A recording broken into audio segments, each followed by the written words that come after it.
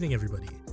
Thank you so much for being patient. We just had a little bit of tech issues there, but we're here now, and it's lovely to see all of you all. If you need to check up on what the game's about, who the cast is, and a list of our content warnings, you can find them in the scrolling chat or in the title.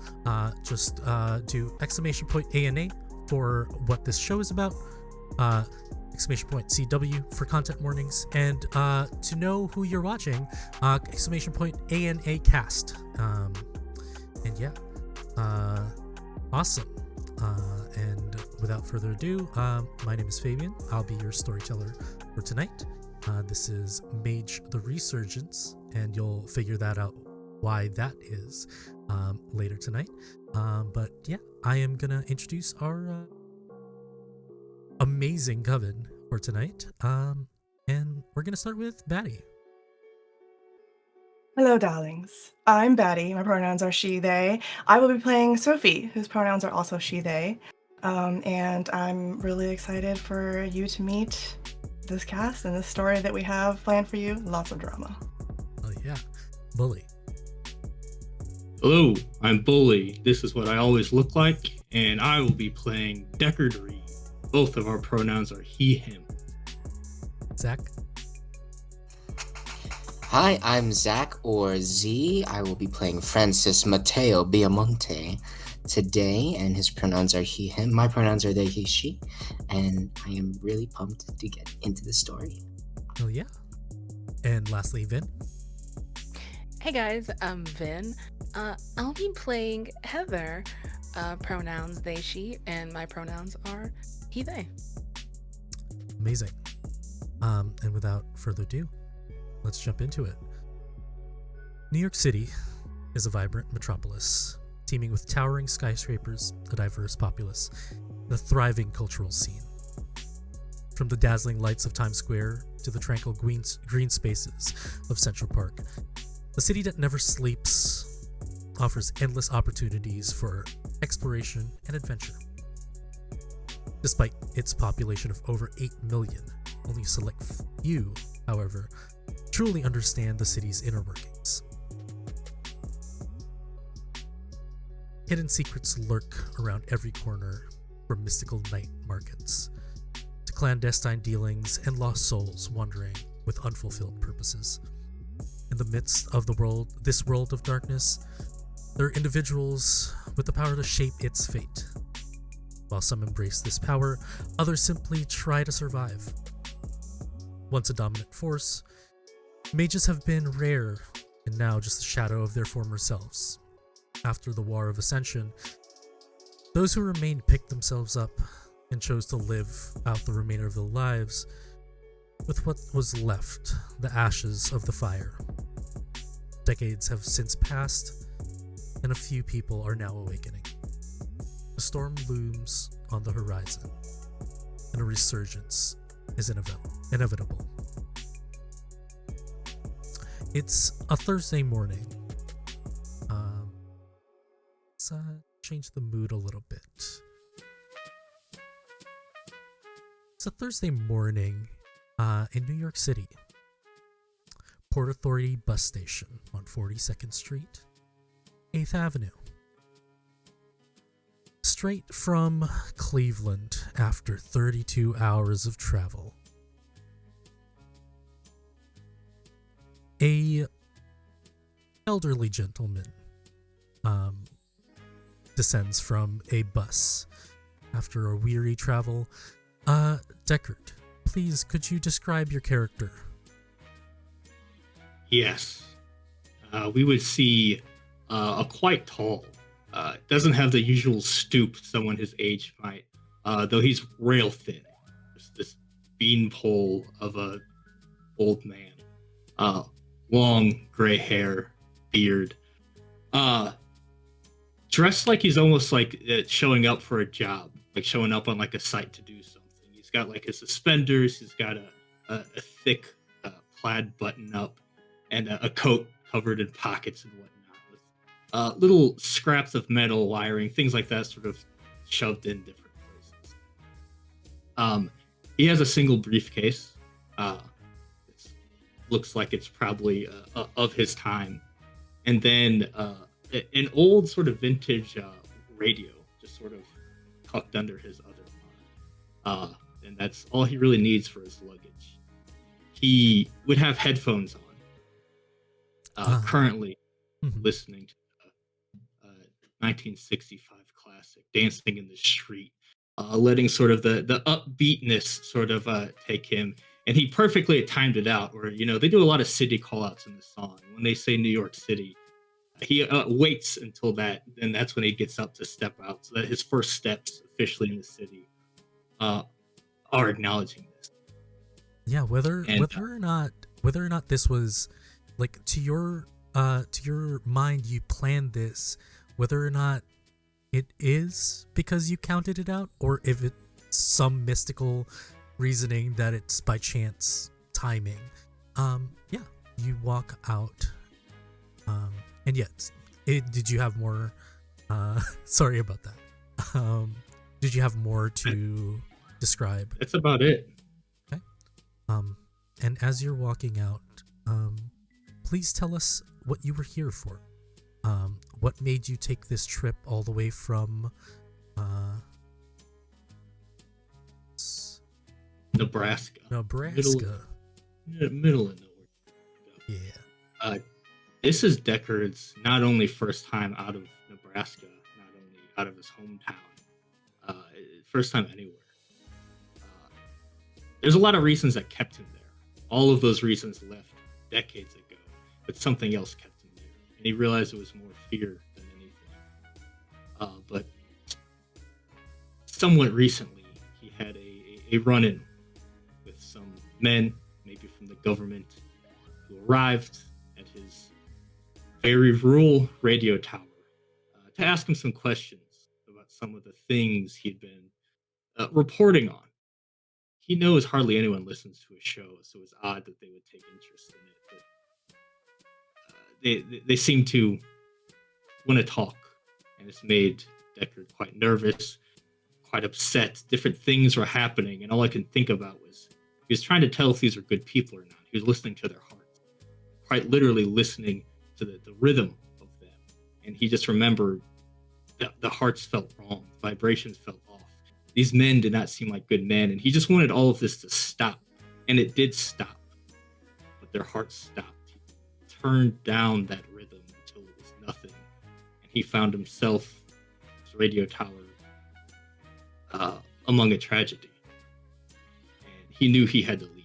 He knew he had stumbled upon something, and he'd hurt some people who would not be letting this go. So he went to a place he's always wanted to go. And also, it couldn't be more different than where he came from. And that was New York City. Okay. In New York City, you did have some correspondence with a friend. Although... Yes, he took him a long time to get here. He took a bus, but he knows not to take a bus straight here. They could track that. He's taken a bus all over the country to get here. There's a lot he hasn't seen. And on the way, the bus had spotty Wi-Fi, but for some reason, always seemed to work when he was there. And he was looking at different places to go and tips, and he found a really great blog. What was the blog called? Vin, would you like to enlighten us with the name of the blog? Yes, it is Hearth and Haven. Hearth and Haven. How can you not like a blog like that? And it had a perfect mix of, like, it talked about sort of simple living, coziness, how to bring some of yourself and some of nature into a bustling place like New York. And it really felt like the perfect thing for him to transition to a very rural, simple life into a big city. So he found this very kind young woman with this very informative blog. But of course, there's always more questions. He's been emailing, and kindly enough, she's responded. This is not the first blog he's emailed, but this is the first one to respond back numerous times. So he feels like he might have his first friend in this. And that's always fantastic. As you're walking through the bustling bus station, roll me a wits and awareness, please.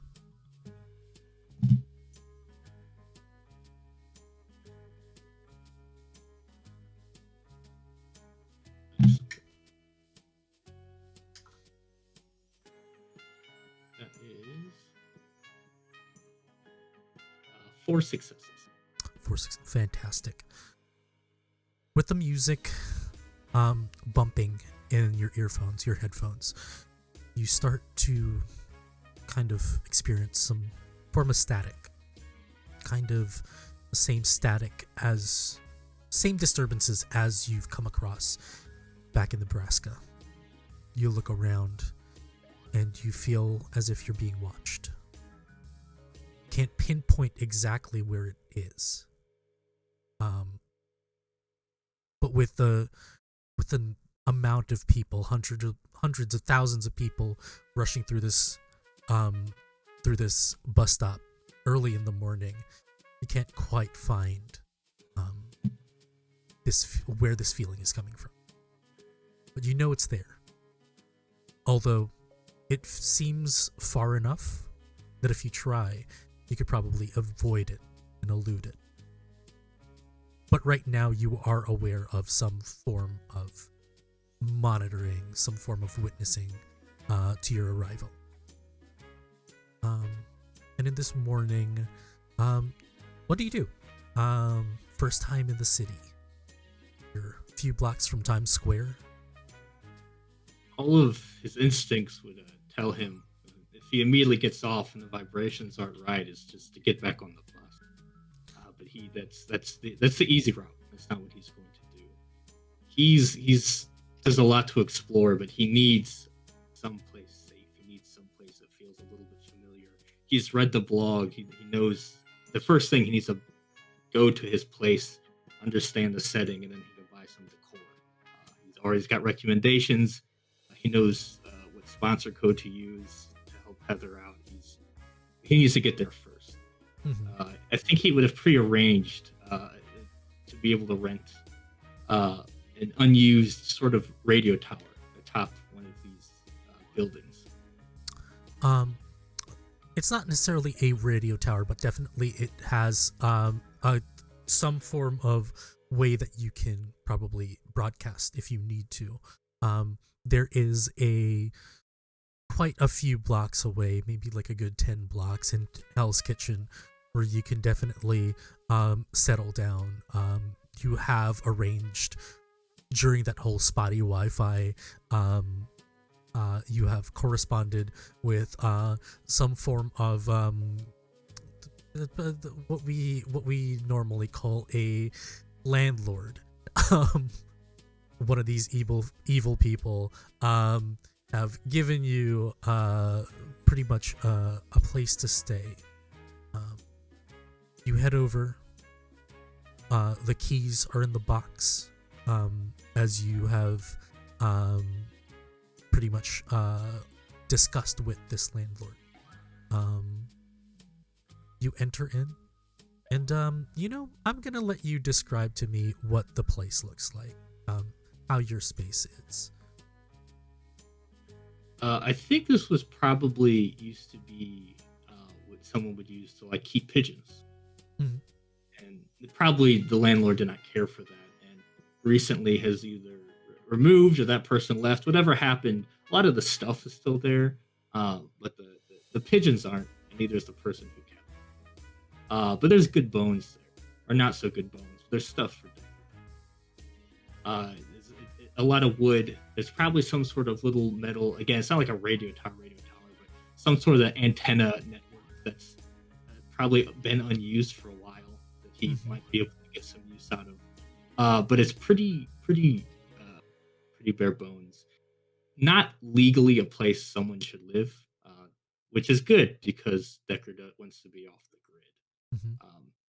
And luckily, one of the shacks that was probably kept out of the pigeon feed, you could kind of squeeze a cot in there, and it's almost fully insulated, so he'll be fine. He's got time before it's cold, probably, so he'll be okay. Yeah. But he'll just sort of take inventory of this.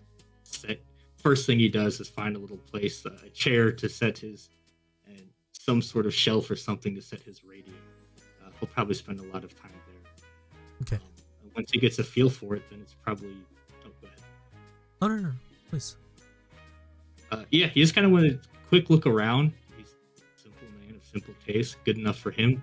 Got what he paid for, which is way too much for what it is. It definitely. And then is. he reach in his bag. He did a print off of some of like the maps of the city, and he has like print screen some of the pages from the blog, and he's gonna go to some of the recommended shops and whatnot. Mhm. He has some cash, and he's gonna get just enough to make it feel. It's the first thing. This has to feel like Definitely. cozy. And in there is one place that you've kind of pinpointed, and it is a kind of like a nice kind of diner around the lower, like around Soho, like around NoHo area on the west side.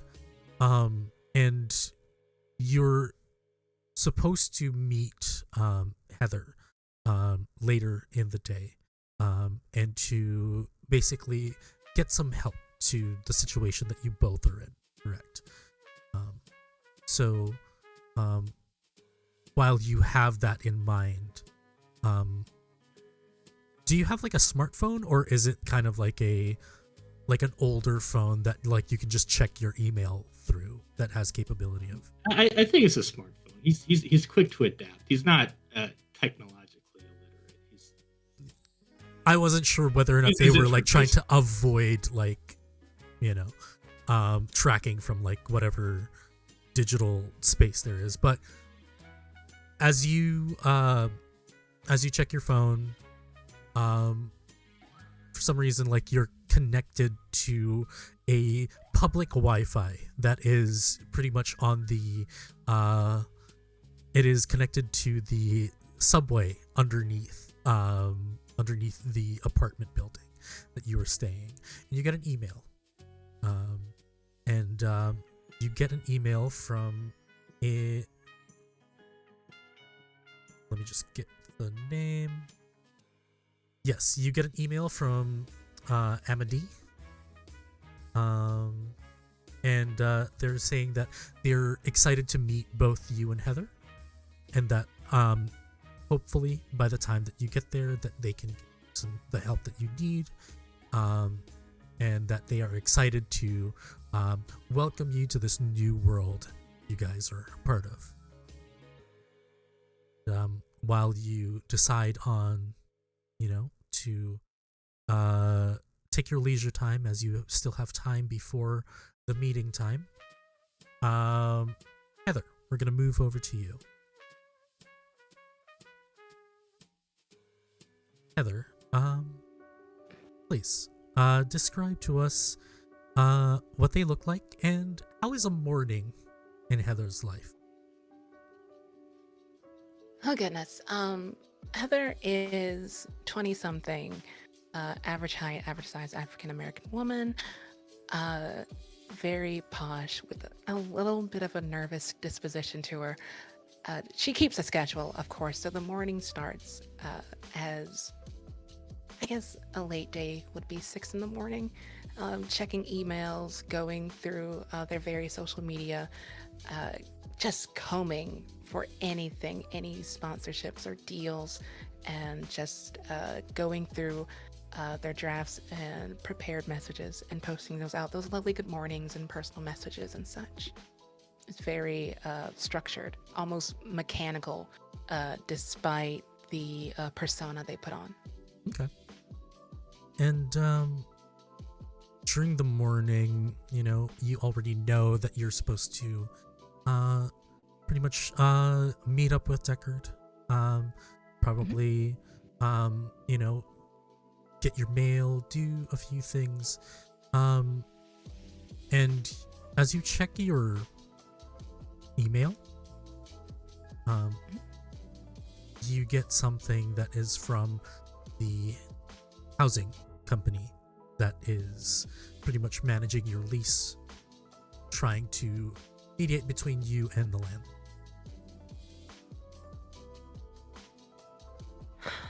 Fantastic. And what does it say? As you open it,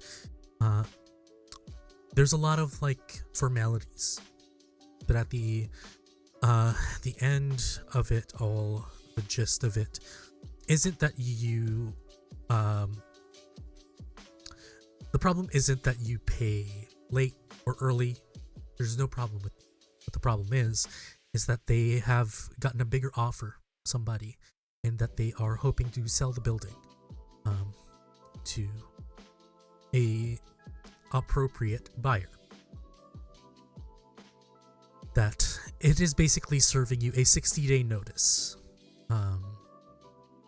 Surprisingly enough, 60 days for you to get your get everything settled and for you to find another space.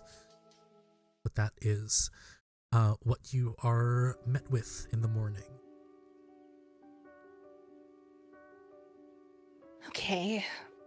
We normally don't do this. We're just going to close that email for now and save that negative energy for later. And just do something else, anything else. Just going to keep rolling. If today is 60, there's 59 more days to figure this out. So they're just going to keep going with their day, essentially. Yeah. As if that email didn't even happen. Yeah.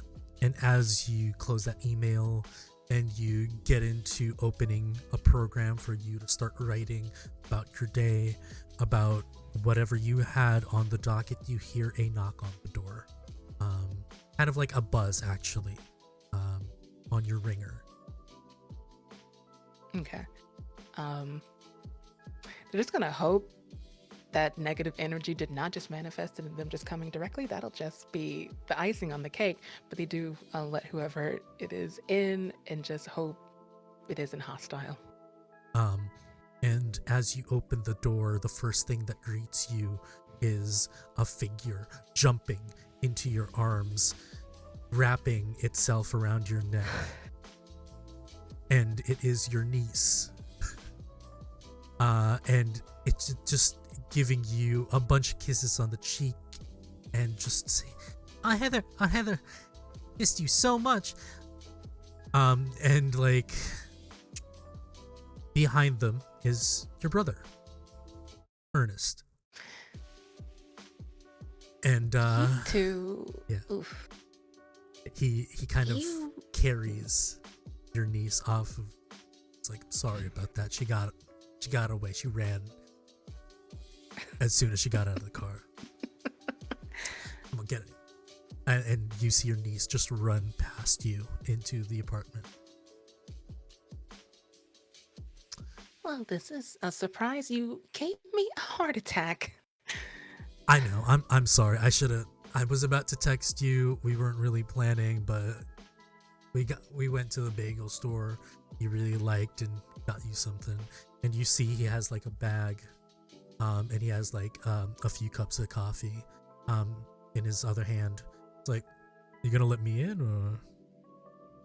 Oh, do I have to invite you in now? You are welcome. Oh, And yeah. they glide aside. They do have an extra little speedy walk to their computer, make sure the laptop is closed, just in case they forgot to close that email. Mhm. So.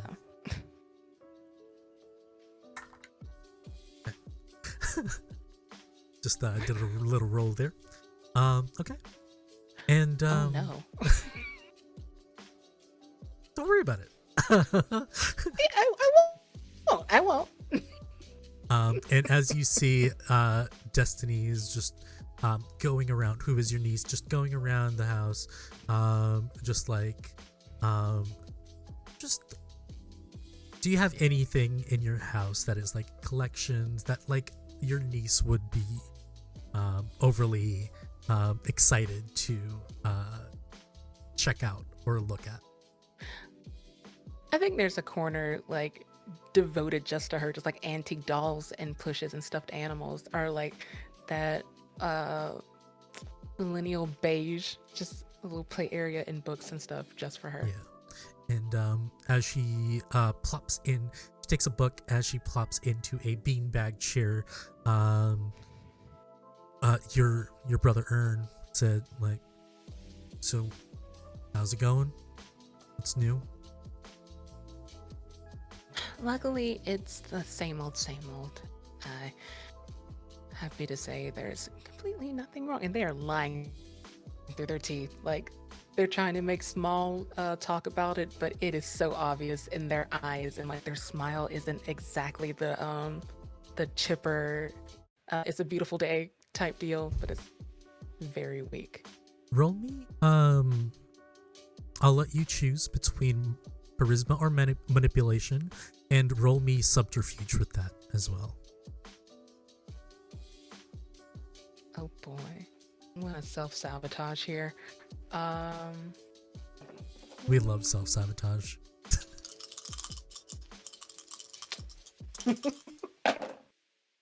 Well, that's 3 successes. 3 successes.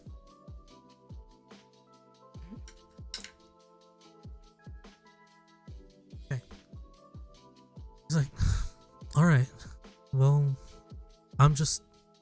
last time we spoke, things weren't really looking up, and you know how it is nowadays with the job market, and I just want to make sure that you're all right. Because, look, sometimes... I appreciate I'm fine.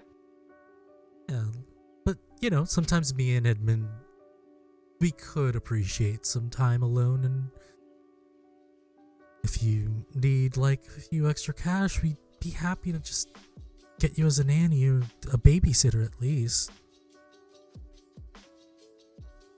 You cannot pay me to keep Miss Little Cherub. Anytime you need her, I just leave her here. I promise it'll be okay.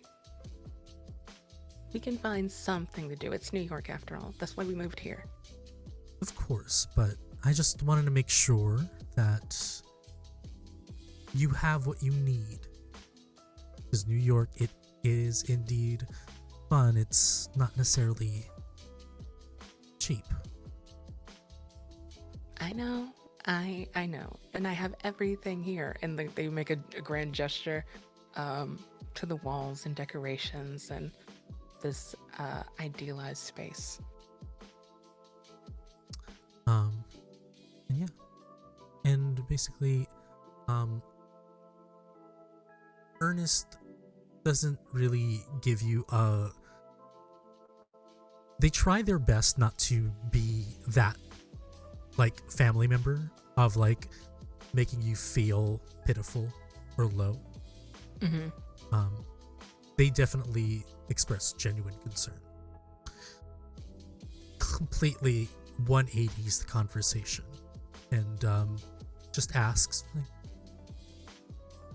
what's up for today anyway? Any new blog posts? Any influencer kind of events that you're planning to go to? First of all, I think those are a little too much, and I think it ruins the brand when I go out and be gaudy with those things. I have a recipe I plan to digitize. I don't know which one from Grandma's book, but that's on the docket. And I'm meeting, I don't know if they're a fan or if I'm, like, doing a bit of charity. It's safe, but don't worry about it. They're not gonna murder you, Listen, right? I don't think I'm going to be murdered, and if I am, Destiny can have all of this. Don't play like that.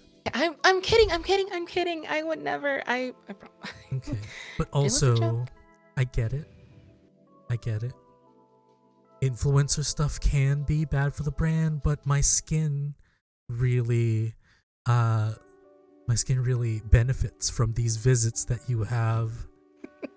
Samples are great and appreciated, so I'm just saying. I will look into it.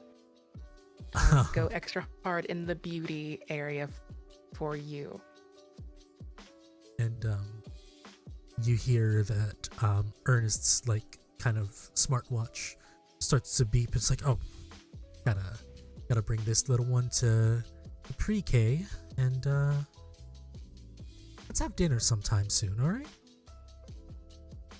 Yeah, sure. Yeah, and gives you I will love that.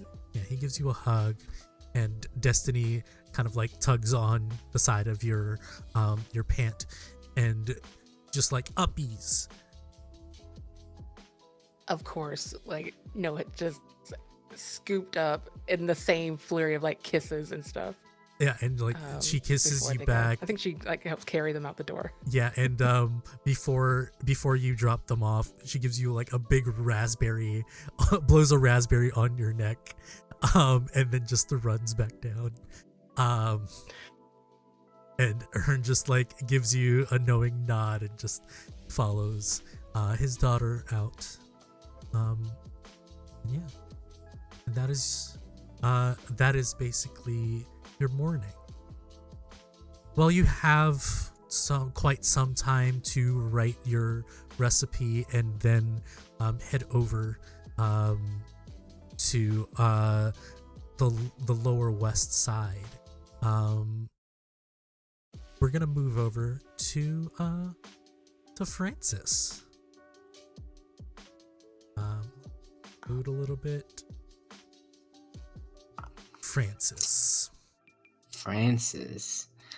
can you describe to us what Francis looks like?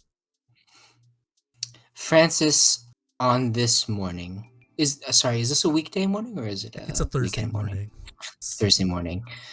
Francis is already dressed, so he's wearing a green jacquard suit with a black shirt underneath, all expertly tailored. He hasn't quite put on his jewelry yet, but his collar pins and everything. He's gonna wait till after breakfast. Mm-hmm. But in fact, the belt is one notch looser than it will be later. But he is overall looking pretty great. His skin is still a little like moist or tacky from his moisturizer. He's got a towel over his shoulder, and he is hunkered down in front of this large, gaudy espresso machine, and he's making 2 cups of coffee. Yeah.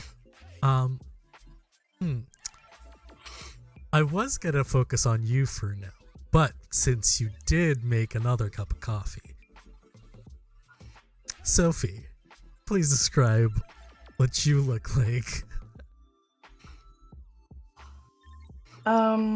Let's see. Coming up the steps back to the front door, you see a very tall, slender, elegant woman. Has a very striking presence, really striking features. She's a mixed Asian woman. She has really dark hair and like a really just sharp bob, like looks like it could just cut someone. She is dressed kind of low-key in like yoga athleisure, but then also has on like a ridiculous like fluffy fur coat with it, and like big glasses, and ridiculous jewelry, which seems kind of contrary to the yoga gear. But anyway, so that's Sophie, and she is coming home after having just done a little bit of Pilates and a nice morning walk, whatever. And she is coming, she throws open the doors to their penthouse suite, and she's ridiculous. She's got a giant like tote bag sized luxury handbag, and she just tosses it aside, and it lands like a daisy on a chaise, and she's like, "Darling, I've returned." Just in time. Oh. I think so. The weather is just it's not great. Can you look at my hair? It's the weather's doing nothing for it. I need some caffeine so that I can just get my head on straight and start this day properly. Francis is pouring foamed milk and peeks his head across the wall to look at you. He's like, "I don't know, dear. You look like a fine glass of champagne." I don't. I mean, yes, I have a little bit of sparkle, yes, but later, I will look much more sparkling and dazzling and ravishing for you. But until then, I'm just a floppy mess from being outside. I have to stay fit and be, prim and proper so that I can look good in all the latest fashion stylings. But anyway, let's not get into work, okay? And she just kind of plops down and she pulls over some, Vogue or something, who knows, whatever the latest high fashion magazine is. And she just sort of flips through it as she just expectantly waits for her espresso to arrive in front of her on the table. Yeah. And you guys have, your morning kind of rituals.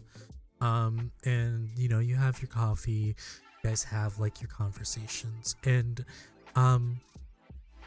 during this whole thing, you were interrupted by kind of like a cough.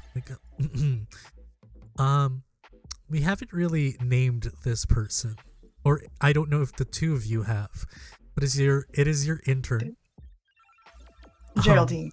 Geraldine. Geraldine. Right. Geraldine is I will describe Geraldine as basically it's a very slender woman. She's white. She has her hair dyed almost blood red. You see that they're in the latest the trendiest clothes, only because you've told them to do so. Anybody representing you, of course, needs to look their best. And with about 6-inch heels, walking into the kitchen with a kind of folios of what you can only assume is what your schedule is like today. Well, Mr. Geraldine, Sufi. we haven't had our coffee yet. So, I know that what you're holding seems so important. But first and foremost, would you like a cup? Ryan Reynolds owns the roastery. I would That's a name drop. I would love a cup, but unfortunately I'm on a cleanse. I just wanted to I'm sorry, Geraldine, what was that? I love the heels, don't get me wrong, but darling, those get left at the door. Please, keep your filth outside the front door. We have to keep this place spotless. I don't want your city shoes walking on our gorgeous marble floor. I am so Please. sorry. She goes back, takes off. Her tall stature is now diminished as she is only in her bare feet, walking back towards you. I sincerely apologize, but again, thank you for the offer of coffee, but business is more kind of pressing at the moment. Pressing indeed. Yes. Well, Mr. Biamonte, your schedule. You were supposed to head for a this morning interview for your new fragrant line. And it is for a Tavern on the Green at 1 p.m. And Sufi, yours. Well, it looks that you have a few meetings at your studio for new buyers. So whenever you're ready, I could get you an Uber so they could bring you to where you need to be. I will be downstairs looking over emails, making sure that everything is in order. Yes, dear. You can leave the schedules with us. We'll review them over our morning coffee. Yes, of course. And I do have to remind you, tonight, the Moss twins have invited you to a gala at, I believe, the place is called the checking my notes. What? It is to be at the Grove. And they were asking whether you would like to be picked up in a limo, or would you be arranging your transportation on your own? What do you think, darling? I mean, of course, I always prefer to have choice, but then again, arriving in a limo with their arrangements, it is a little bit more of a scene.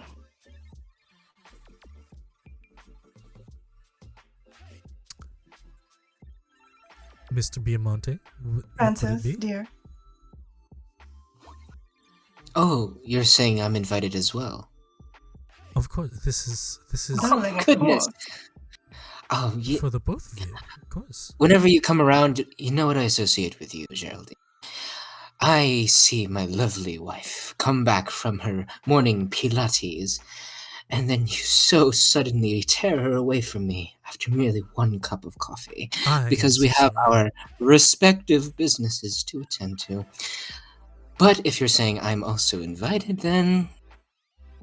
Oh, limo never hurt anyone, right? Yes. Darling, I would not attend without you. That would just be ghastly. Yes. Now, how would you like to arrive, dear? Limo, and will there be drinks on the limo? I would bet assume it'd be. so. Perfect. Okay. Then That's yes. the one for me. All right, I will let them know. I am again so sorry to have disturbed your morning. I shall excuse myself.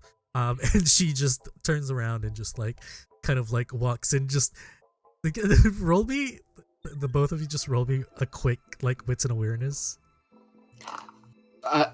Could you explain how to roll the Mage V5? Of course. Mage V5. The way that you roll is the same as you would with any World of Darkness system.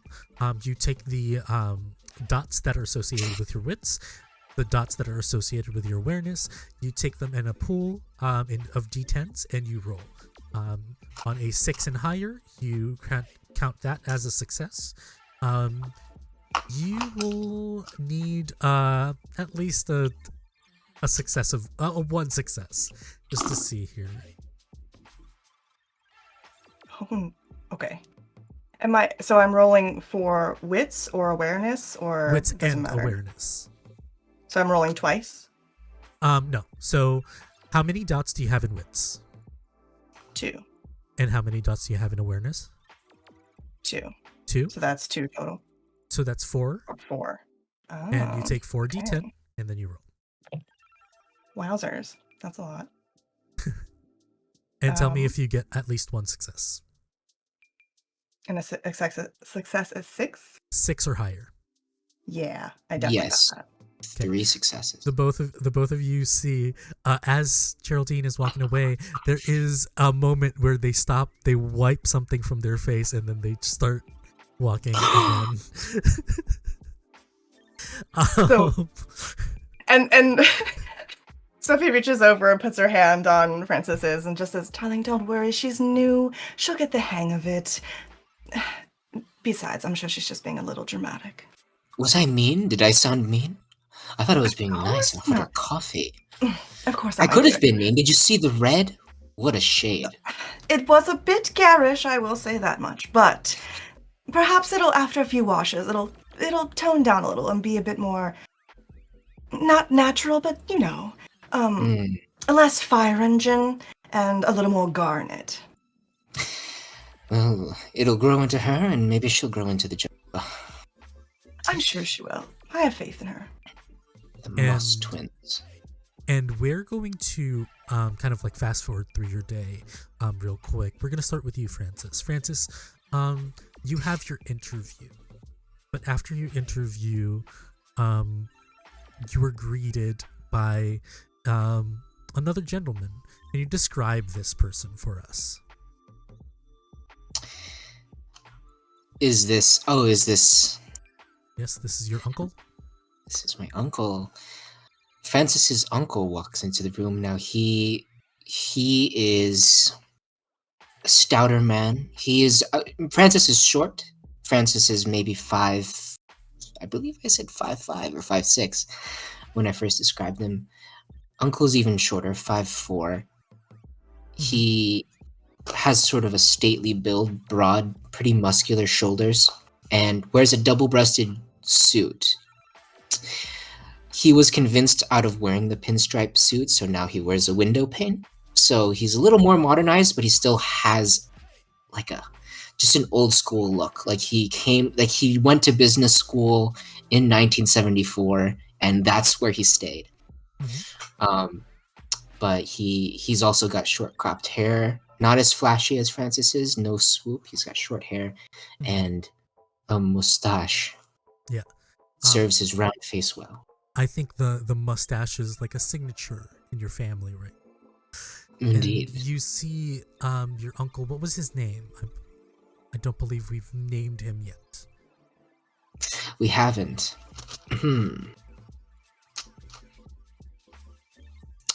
Is Edgar a good name? Edgar is fine.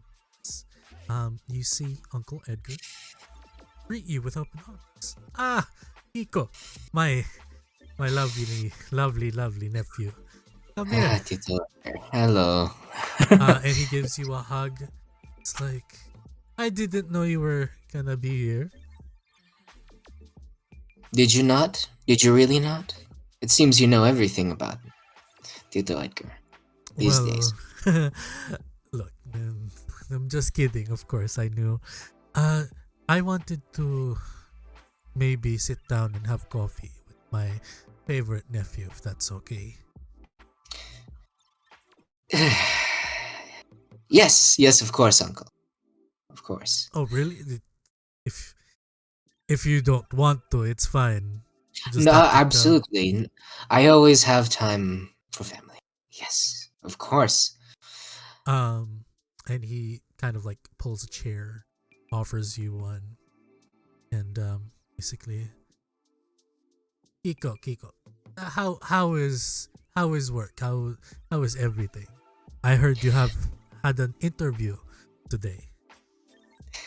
Francis, who is normally so poised and exuberant, he's kind of with his arms shelled into himself just a little bit, because he's shielding himself. He's sort of slouched in. It's gone very well, Tito Edgar. Me and Sophie are doing splendid with our respective businesses, and home is great. And I'm very happy with the things that I've built. We even have some new products launching. A series on cardamom. When you mentioned Sufi's name, it seemed kind of like there's a kind of like a squint in his eye, kind of looks away, and he kind of like brushes his mustache. Like, that's good. You're keeping busy. So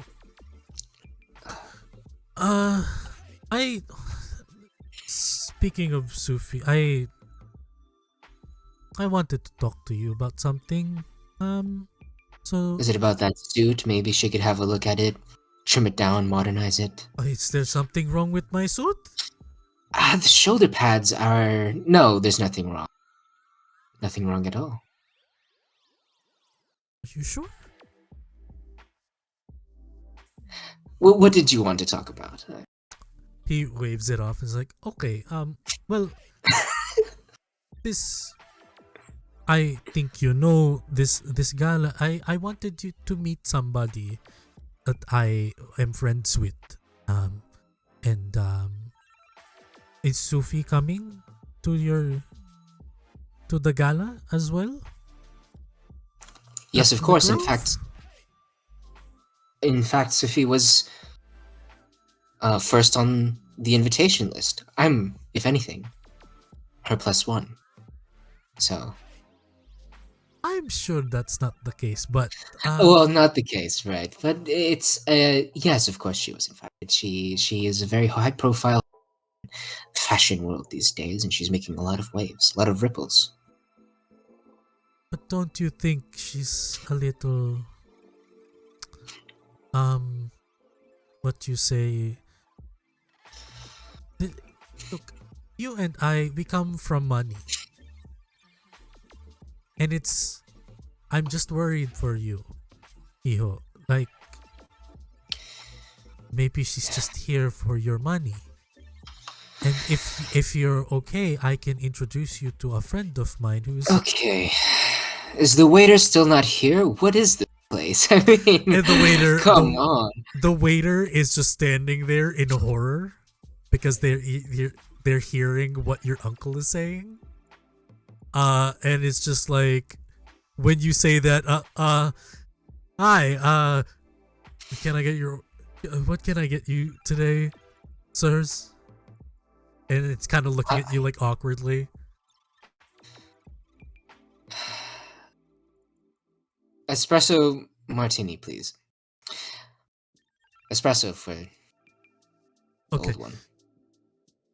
And he just like rushes off. Look, Kiko, I'm just looking out for you. Only the Opo. best for you. So, let me do...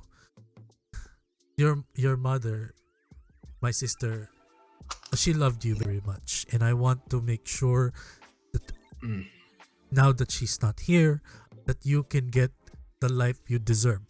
Okay? I deserve the life that I want, Tito Edgar. And that is with Sufi.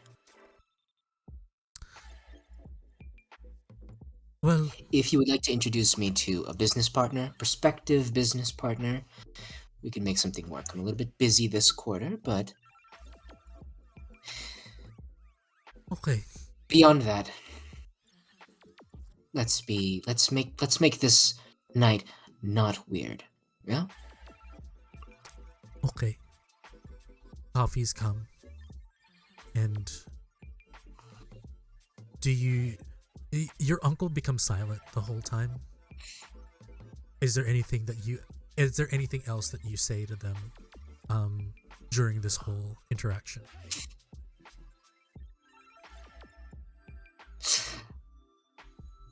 Francis definitely has a guilty look about him because he was correct, but he definitely feels bad about it.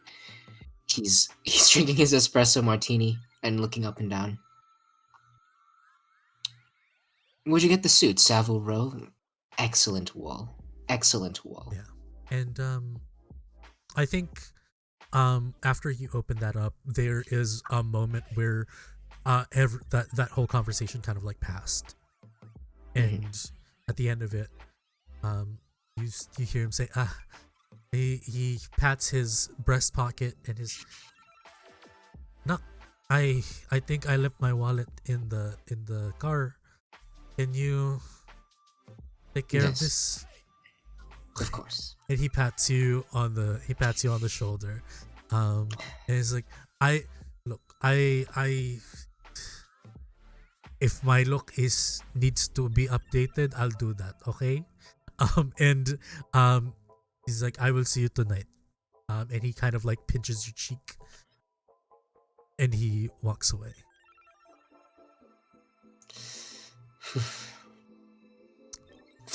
Sufi, as we move over to you. You had your meetings with your buyers, and you see that Geraldine now is kind of wearing kind of a scarf, a headscarf, that is emerald green to kind of balance out the intensity of their hair. And yeah, they're just basically kind of they've kind of mellowed down from the morning. Just checking things here. Okay. And you have a moment to yourself. Until Geraldine kind of like knocks on the side of your office door. It's like, Sufi, I have a phone call. wasn't scheduled. I wanted to see if you had time to take it. Mm, Miss I Machado? hate phone calls. I'm sorry, who? Amity Machado was the name. Okay. They claim to be an acquaintance of yours. Knew you from a while back. Yeah. Sure. Put the call through. Sure. Okay. She runs to her desk and your office phone starts to ring. Okay, she sort of like sits up straight and like takes a minute. And then she hits the button to put it on speakerphone. Hello? Hey, Sophie. Hi. Look, I'm gonna not gonna make this a huge deal. I'm not gonna make this a long thing. I need a favor. Oh, okay. That would explain why you're calling me, I suppose. What is it that you need, darling? Again, I wouldn't be calling if Jason thinks that we're spread a little bit thin and asked me to talk to you. We have 2 newcomers into the city and we were hoping out of your good graces, maybe you can show them around. Maybe teach them a little bit of the ropes. I do it myself, but I already have 5, a whole coven of 5 to take care of.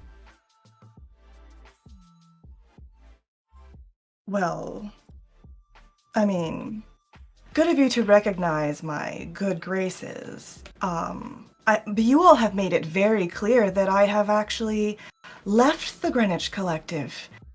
Yes, you make that quite clear to pretty much everyone you talk to, and you do tell them, well, your reasoning for why I left.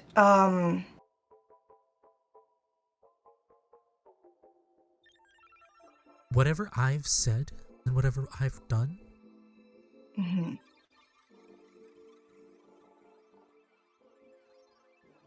that's on me. That is so completely true. But this favor isn't me asking you. This is from Jason. If you remember, Jason was somebody that was very kind to you and helped you out when you needed to.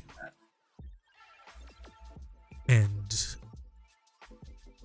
whether or not Jason knew anything about us, anything about how I felt, he wouldn't have asked me to make this phone call.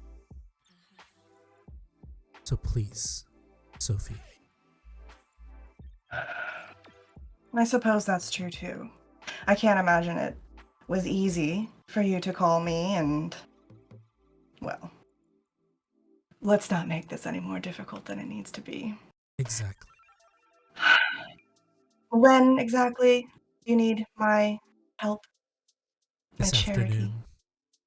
This afternoon? Look, What time exactly? Do I have any time to at least grab a snack? of course. Look, Hmm.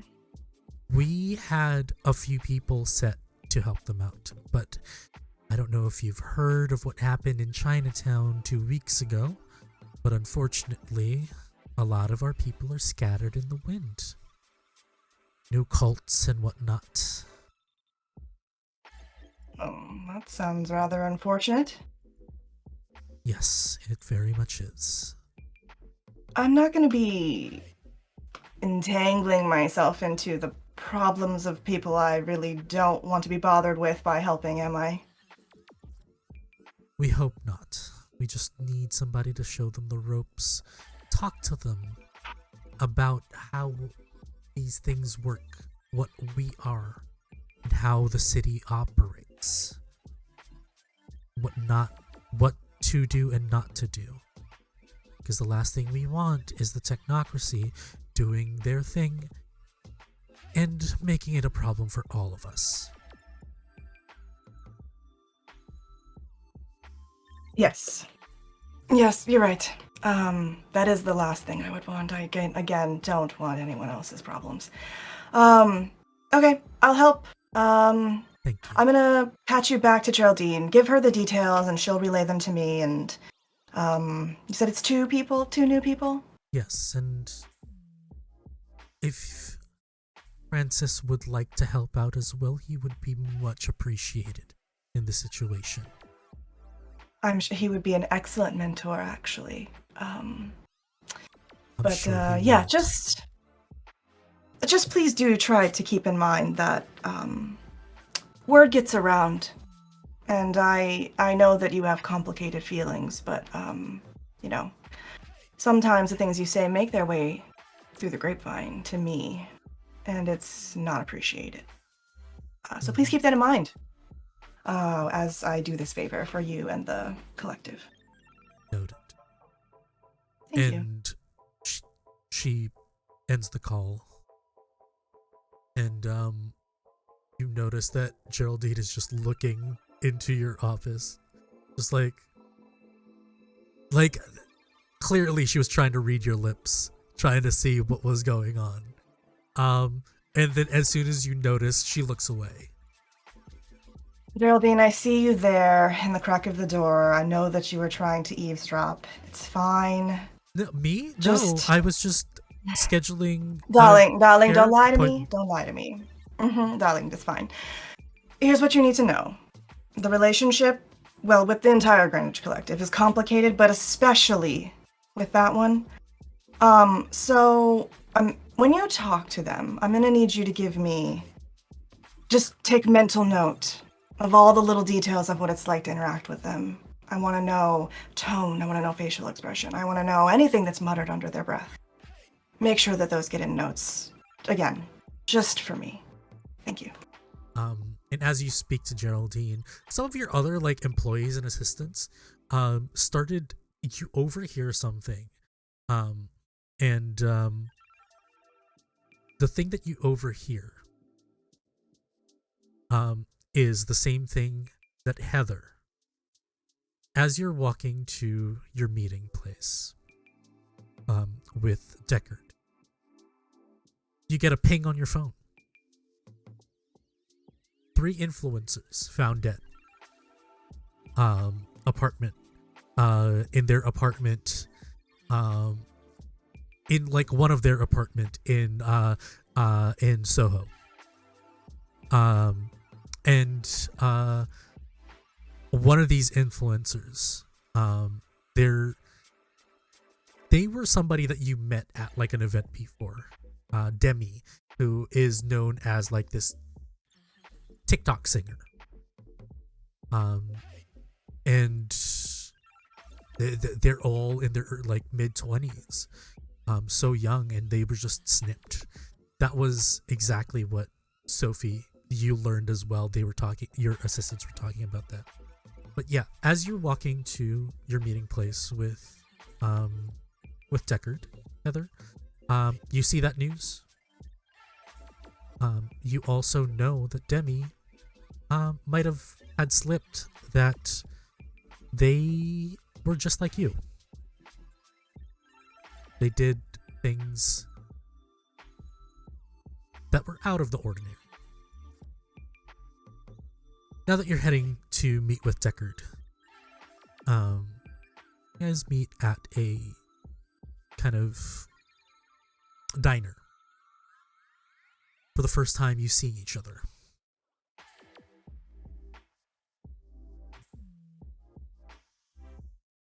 How do you interact? Well, Deckard's there probably- is. Who? I'm gonna Go. leave this to the both of you. Oh, please! I want to go ahead fully. Deckard's probably been there for a long time. Just in case it got turned around or something happened or etiquette or whatever. and just to kind of get a feel for the place to prepare to get in tune with it. So probably has like certainly facing or probably a corner booth. Waitress probably hasn't bothered him in a while because he's clearly just waiting too long for someone. Just very formal, like already has like clearly like some papers printed out on the table in front of him, and but as soon as you walk in, he sort of looks at you in a big way, then immediately just looks down and realizes that's actually rude and looks up again and stands up. Miss Heather, Deckard Reed, please. He'll like get up to go like meet you at the door instead of just let you go to the table. And once they realize that, they're gonna try to like meet him halfway so he doesn't have to walk the entire way because that feels rude to her. Oh, Mr. Reed, I hope you weren't waiting long. Oh no, I'm lying. I've been here for a long time, but that was because I wanted to wait. Not that I wanted to wait. I just wanted to. Oh, no. How are you doing?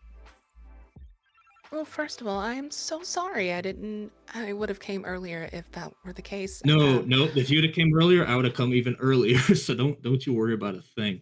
I am. Okay. It's so nice to meet you in person, and we should.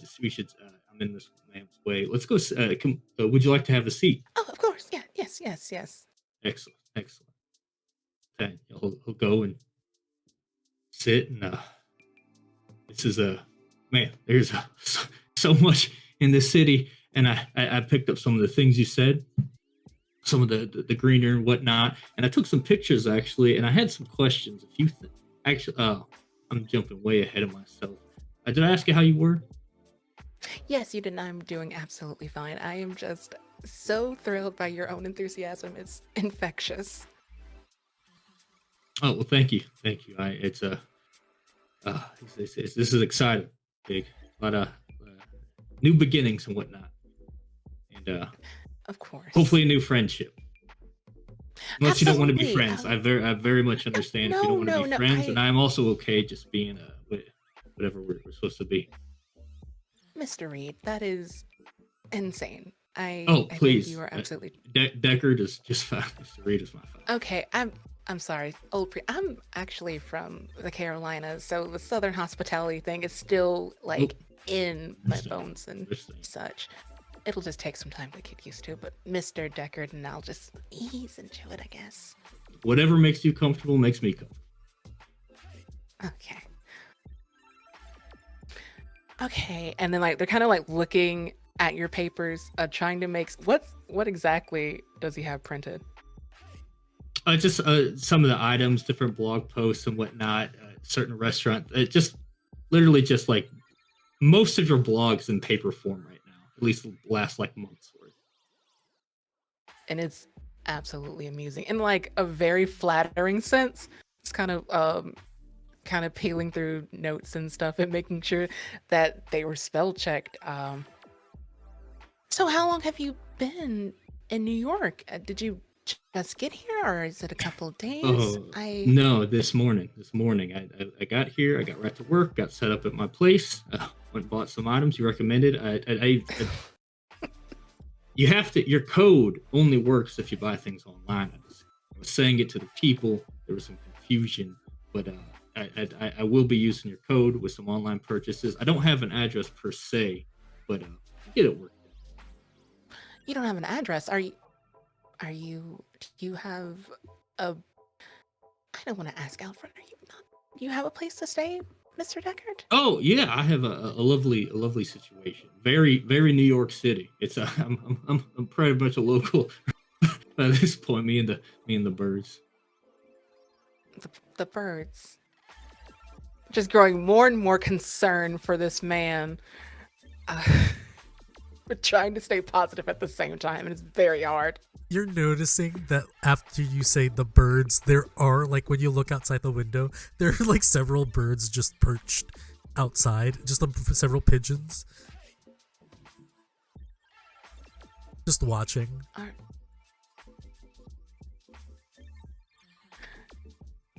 I'm going to be a little silly here.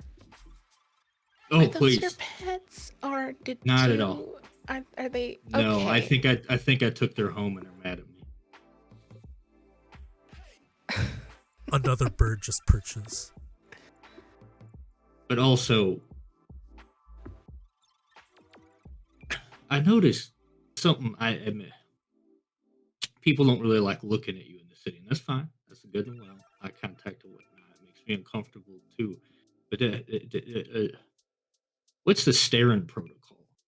Because I noticed right when I got off, I felt like someone was looking at me.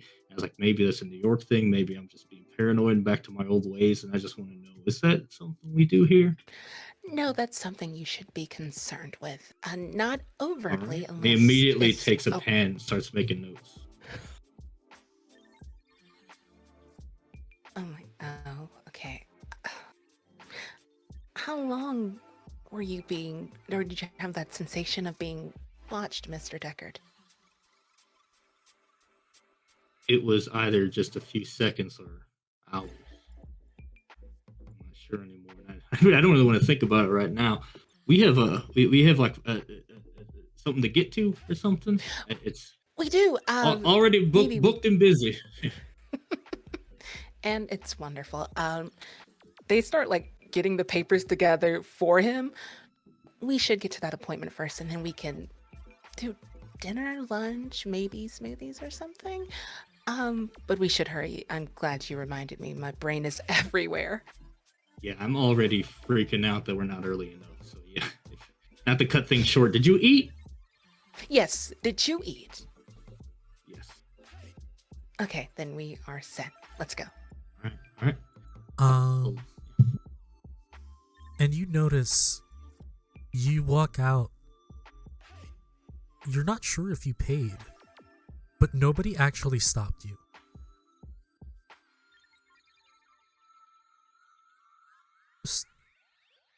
Both of us noticed this? Oh, I'm sorry. What was that? Yeah, Did both of us notice this? Yeah. Um, Uh, and as you guys like, I, oh, go ahead. no, go ahead. As you just go about your day and you're heading over, this is West Broadway. Walking down a lot of like really trendy restaurant spots. You see a lot of like college students taking their breaks from like you're not far from NYU. And as you walk towards this seemingly unseemingly spot, it is a psychic store.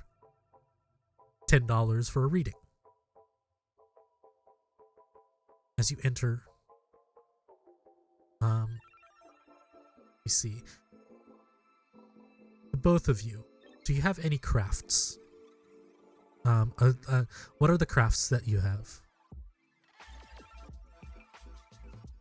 Deckard has psychic and true sight.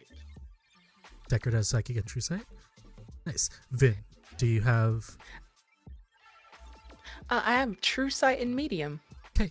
Both of you have true sight. You notice that as soon as you open this front, not necessarily a facade, but you immediately see like this outline of a door, right past like this kind of like tapestry, and you see kind of like a doorknob there, and it is outside of the view of any mundane person.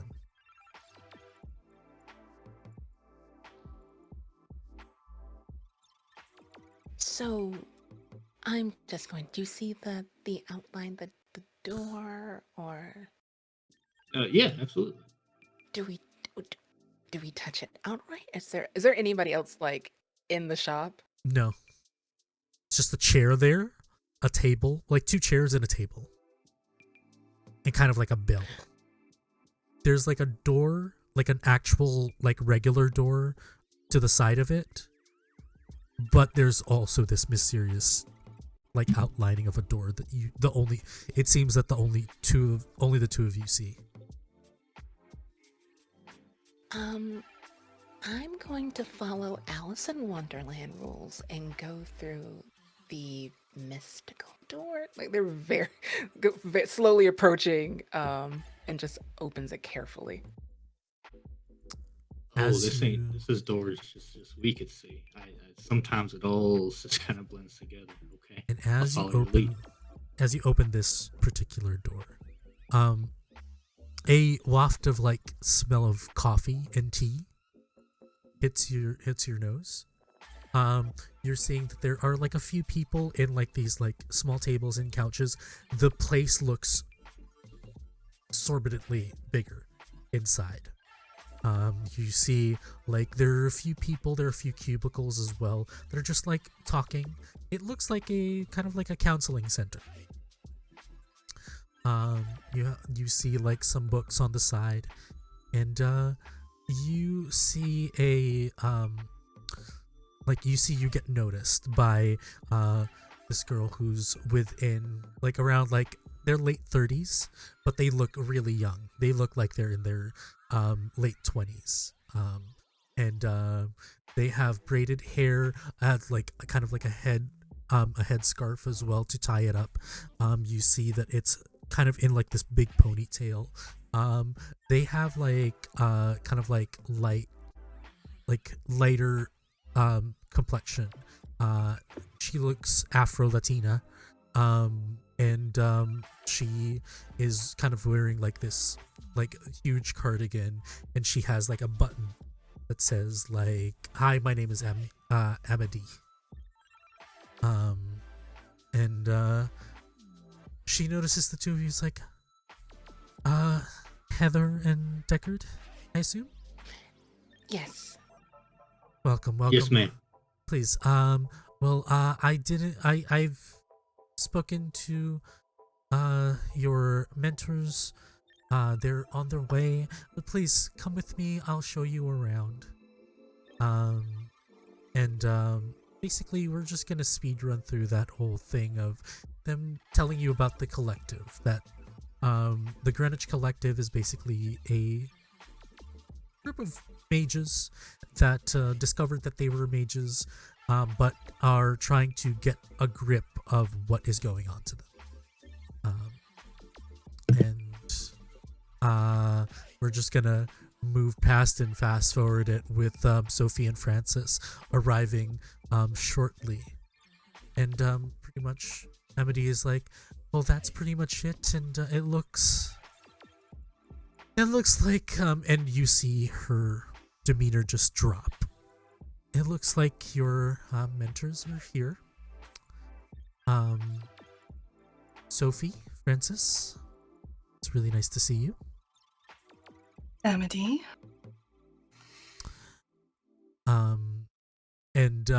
Yes, Heather, you do recognize them. As you're dialed into the fashion industry as well. And it's like, these two, this is Heather, and this is Deckard. Deckard has arrived today, all the way from Nebraska. Thank you for coming. We are just so spread out thin with less and less people to help, and then this news of these influencers. Yes. But yeah. Francis has My had pleasure. his hands behind his back the whole time, just like listening, but looks at these two. First looks at Heather and steps forward and holds out a hand. Says, "Hello, Francis Mateo Biamonte. Very nice to meet you." Oh, of course. I am aware. I am honored and surprised. And then like they realize they haven't shaken Mateo's hand yet, and they like go a little too hard first, and then like ease into it. And You've very got quite slowly a shake- grip. What is your name? Heather Alder, sir. Heather Alder. Where have I heard that name? I would be very surprised if you know my name, but I do a little bit of blogging, vlogging, just everywhere in social media. Hearth and Haven. Hearth and Haven, yes. You, one time, I don't know if it was you, but your blog was linked to it. Somehow there was that Moringa Papaya Health Shake. Something like that. Was that you? Something along those lines. A thing I was asked to promote. It was fun, I guess, if I can describe the taste. Again, I don't Darling, mean to. Heather made the health shake. You did? Excuse me. You made it? One of those you made two. it. Remember that? Yes, also honored to meet you, Misophonia. Sophie. Oh, it's And there's Sophie. melting. Sophie, darling, it's Sophie. Sophie. I'm so Pleasure to sorry. meet you. No bother. You concocted this shake. I remember it was quite the trend, just ripped through the fashion world. Everyone was on the cleanse of the latest I was smoothie to come sweating through. turmeric for weeks. I remember that. You were almost yellow in the face, but still just handsome as ever. Oh shucks. And forgive me. Your name, my bearded friend. I feel free. The shake stuff sounded interesting. You don't have to worry about me. My name is Decker. Oh, I would like to know. Do we do full names? You did your whole Decker Eugene Reed. Pleasure to meet you. Nice to meet you, Deckard. Holds out the hand. Shake it. And I'm I could just barely- Sophie. Just so. Mhm. Sophie. They are burning a lot of frankincense in this shop, so I could almost it's not almost- tell. Yes, right? It's kind of almost choking me. I can't imagine what it would be like for you. It has been. I would imagine. You know what? I'll try to figure out where that's coming from real quick while you all get acquainted. And you see irritatedly, just like walks off. And gives you guys a moment. Thank you, And Emily. I have earlier when her demeanor shifted dramatically, I think Yeah. Decker, terrified he might have done something unknowingly, might have probably just almost accidentally tried to kind of get in tune with her thoughts a little bit to see, like, did I do something or is this something else? Can I use my psychic craft? Yes. Psychic craft. You have the rules on the side for you, right? Yeah, wits and insight. Can you read do I it use for me real Arete quick? with this? No, you don't. The mage can attempt to read an individual's mind with a successful wits and insight.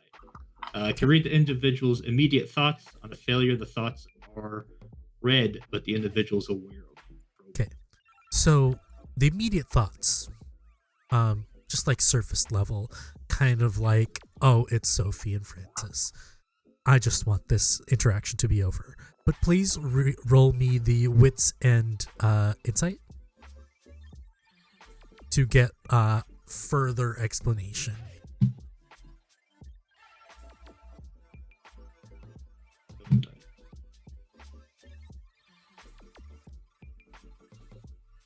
Three successes. 3 successes. Let's check something real quick.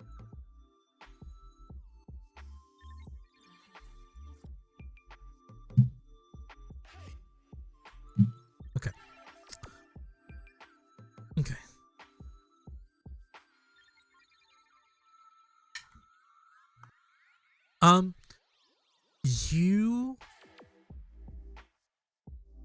You basically kind of hear a conversation of both Sophie and Amedee's voice, of basically them talking about their like relationship, about kind of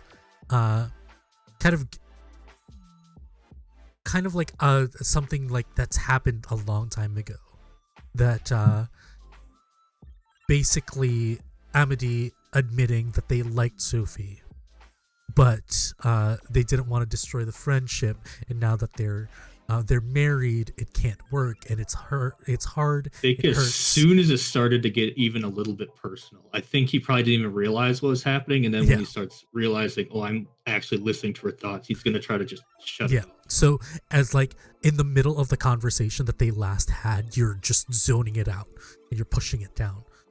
And that's what you got.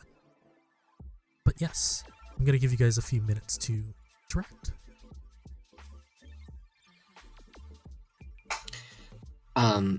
Did you like shake physically?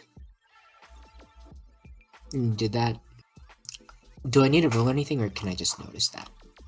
You can notice the shake. You're not sure why, but It probably was because it was kind of the long talk about like where do I know Heather from. He was probably zoned out that whole time, just like tuned in without realizing. He probably just kind of shook his head and then kind of did the introduction. You're right there. I know there tends to be flies a lot of the time when these Art Nouveau Greenwich types burn their incenses and whatnot. So I actually got a would you really like good fly remedy if they need help. So, yeah. Oh, that's good. I'm sure they could use all the help in the world. I mean, look at them. Sorry, Sophie, darling. Are we Yes, supposed my to dear. be? One moment, I'm going to speak with my wife. Hello. Are we supposed to be bringing these folks into our home? Staying here? I don't know which one is worse. I truly cannot stand that smell. I cannot imagine bringing them into our home. That was not a part of the bargain, dear. I do believe we're just supposed to mentor them. They're new in town, and they're new to this, and I think we're just supposed to... I don't know, I'm doing a favor. Darling, thank you so much for coming. And she takes her hand and just, like, very gently and romantically, like, brushes, like, the curl off his forehead and then just, like, caresses the side of his face. Francis, and everyone sees this, like, takes Sophie's hand and like sniffs their wrist and now that's a fragrance I can get behind. I think it needs to be said that Sophie is how tall? Oh, Sophie's like a 5'11". And with Francis being 5'6", 5'6". 5'6", Yeah. yeah. Just so people know the height difference and how adorable this looks. Yes. After a while, Amity just comes back. It's like, look, told you over the phone they need somebody to mentor them, show them the ropes.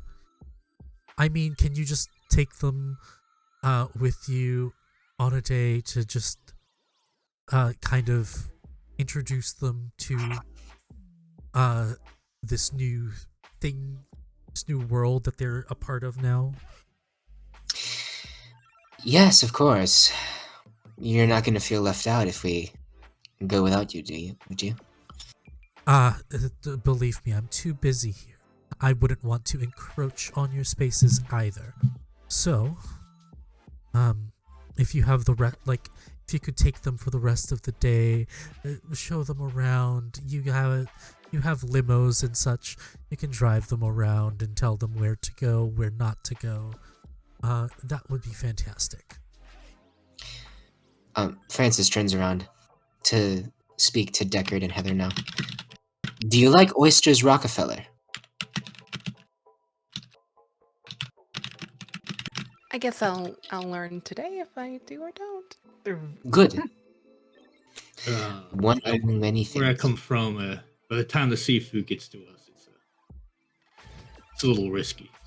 I would love to try anything you recommend. You're in for quite the treat. I can't imagine you would take one taste and possibly think anything other than pure ecstasy. Come. Francis takes long strides out and like on the way passing by Sophie says, do you want to do the place up near Harlem or?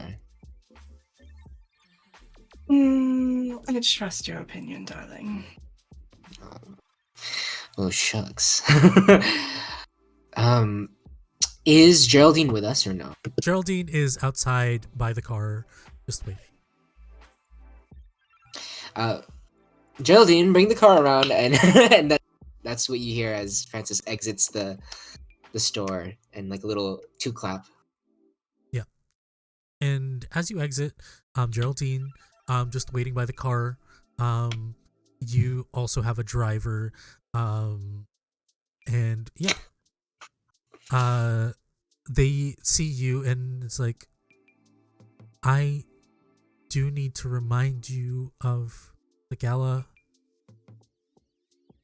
for tonight. Oh, Yes.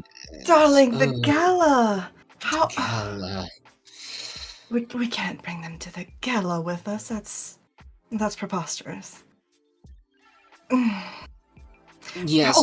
I know. What if we? Okay, we'll go have some. They're like, she's like trying to whisper, but I'm sure they can probably overhear. And she's like, okay, how about we go have some oysters Rockefeller, and then maybe I don't know, show them around a little bit in the car, drive around, point some things out. Then we can drop them off at the night market. Yeah, that's The where night they market. like to hang, right? And then we can go get ready for the gala. And they're gonna be doing so much learning at the night market. Will be able to bother us. Yes, and they can procure goods and yes. Oh, we could even leave them with Geraldine, maybe. Geraldine I'm looks gonna like, say we look at Geraldine. Geraldine Yeah, is we just like, immediately are like, but as you say this, behind you, you hear like, what gala is this? And Amity actually followed you outside. no, she didn't. Oh, you're still with us. Yeah, I want to make sure that you're not just going to leave them by the curb. We're not gonna We just would not do that, Amity. look Please. at us. No, they were gonna take us out for rockin' oysters, and I was actually just getting ready to let them know I had a plans this evening, so they don't have to worry about anything if they had. Oh, we were going to go out on our own anyway. We would never want to Look, intrude. does this gala involve some high society that you're a part of? Why don't you, since we're a Amity, little bit... dear, it's a gala. Mm-hmm. Yeah, and since we're lowly people here in Greenwich, maybe aren't the best example for what society is, why don't you just show them how the other side lives? That would be a Well, good looks at Sophie. idea. First of all, those Is were like- your words, not mine. Don't put words into my mouth, Amity. Second of all, they're going to get a taste of how the other side lives because we're showing them around. So I think they're going to get a pretty good idea. Okay, whatever. Just please, take care of them. I appreciate it. Thank you. Naturally. I'll have Jason make sure to reach out. Okay. And you see her just like It's fine. walk in. And she sort of like kind of patronizes her and just like...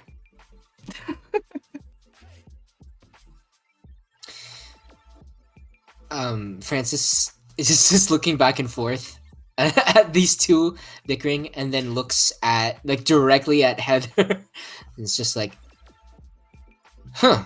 Anyway,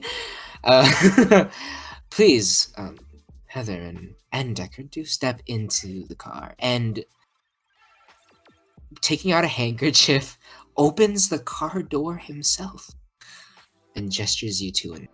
Geraldine just wide-eyed like, oh. Okay. Francis gives her a shrug like, Oh, well, thank you so much. Mr. Deckard, I'm kind of scooch on in. Yeah, this is. They do all this every time there's a new one of us in the city. This is, man. All right. no, not at all. No, just when you're lucky enough to be paired with us as mentors, darling. Yes, very lucky. Oh, this is your vehicle. Oh, yes. Yeah. And they're just like looking at them like, and that would be like unheard of, or? Oh, Mr. Deckard, Miss Sophie and Mr. Francis are very influential, affluent. What's a better word any of you would prefer? No, keep Yeah. going. Yeah, by all means. But to be frank, we're designers here in the city, and we are both entrepreneurs. And we have our own respective businesses, and my darling husband here has the just most exquisite fragrance line. And Yes. then I design fashion jewels and jewelry, and you know, our designs, they get around, and you might see them in stores and on people, or smell them on people. It's Yeah, Hmm. I don't have a job. I would love one though. If you know anyone who's in need of them, pretty good with like wiring and things like that, I can be of assistance. But oh, don't worry, I'm doing all right now. I'll be able to pay for my rack and oysters. Um, but honestly, we'll don't worry handle about it. This that. is our treat. We're This is going our to handle treat, the. truly. Oh Yeah. no, I do insist. I insist. Um, In fact, we you're doing this for us. I would like to pay for. We'll discuss it there. It's rude to discuss. let's Sure. discuss it. We have a deal with the restaurant. Honestly, no sweat. Don't worry about it. Yes. But do scooch aside. We're gonna get in here, and I know, big car. Sophie is wearing a lovely coat. I have this green number on. I rest assured. We are not the stuffy, mm, uh, full of themselves, um, rich wizard type. We're humble. My darling and I, we're humble. So we're just going to have a good time. If it's okay with you, I took a lot of notes during the tour that somebody gave us. But she said you were our mentor, so I thought I would save the questions for you, if that's okay. Sure. Yes. Any questions? Okay. Happy Yeah. Let's to get in the answer. car and fire When away. am I allowed to do magic? And how many questions am I allowed to ask? And are all mages supposed to be rich? And how did you two get chosen for the mentor program? And do mages have to marry other mages? And during intercourse, are you allowed to use? I was not supposed to read that one out loud. What kind of music do you like? It Do I go to as regular jail or magic jail if I get in trouble? And do you want to be my friend? with that, so all of you look at each other. Geraldine is outside and is like, I'll call an Uber, and just ushers. The car goes on, and we will take a break right there. That's so Um, good. Yeah, stick around, stand up, hydrate, use the restroom, take care of yourselves. We'll be back shortly, and yeah, we'll have announcements after this short break. See you guys in a bit. See y'all. Hey, howdy. How's everybody doing? Hopefully you enjoy that break. Got some water, use the restroom, do what you need, get a snack, do a little stretch. But yeah, before we go back into the game, we're gonna do a little bit of announcements.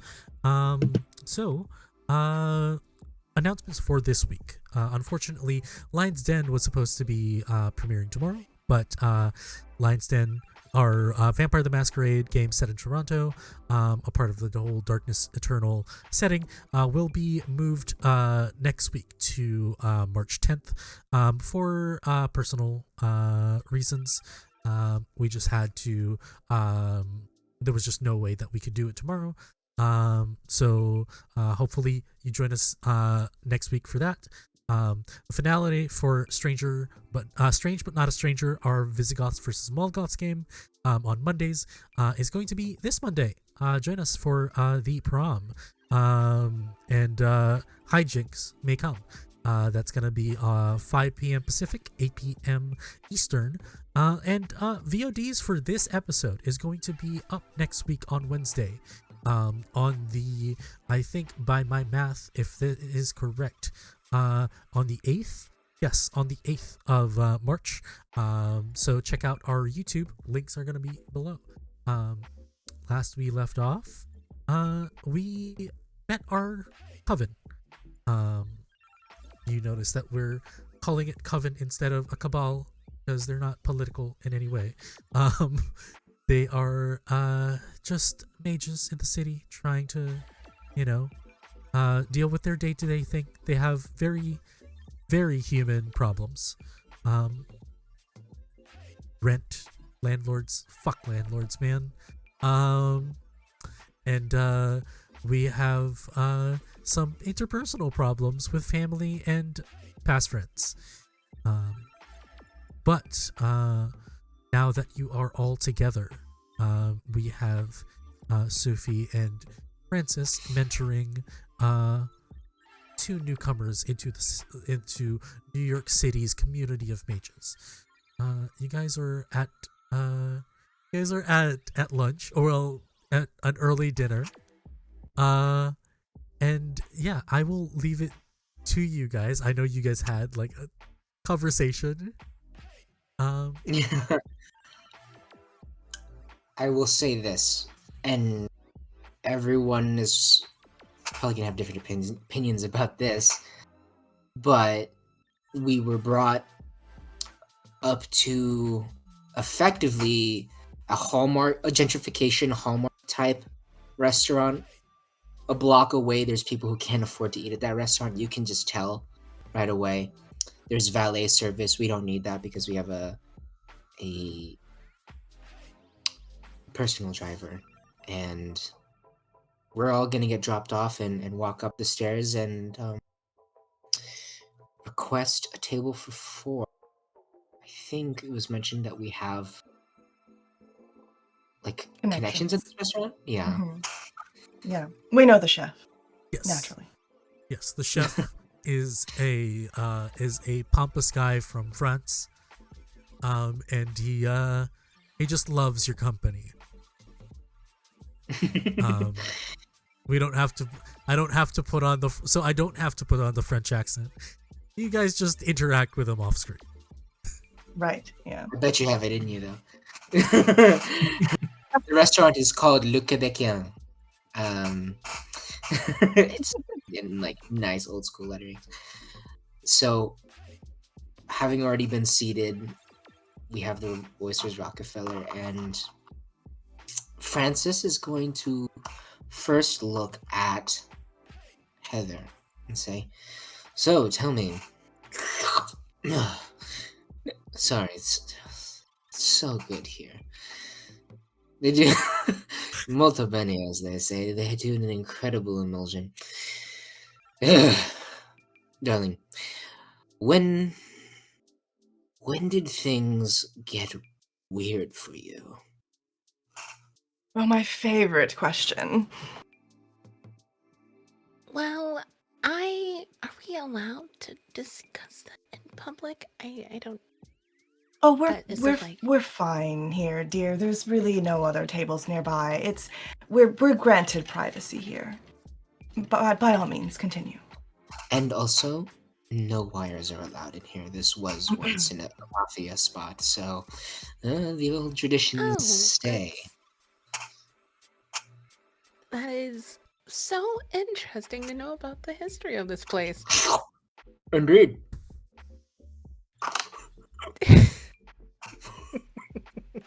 I love the folly work here. We're so professional. Well, I guess I would just say as a blanket statement that my life has always been colorful, I guess. I don't want to say too much. I guess if I had to give it a number, somewhere around my late teenage years, that's when I noticed things were different, so to speak. It's a very sensitive subject, truth be told. Okay. Mr. Deckard, when did things started happening for you? Oh, that's an interesting question.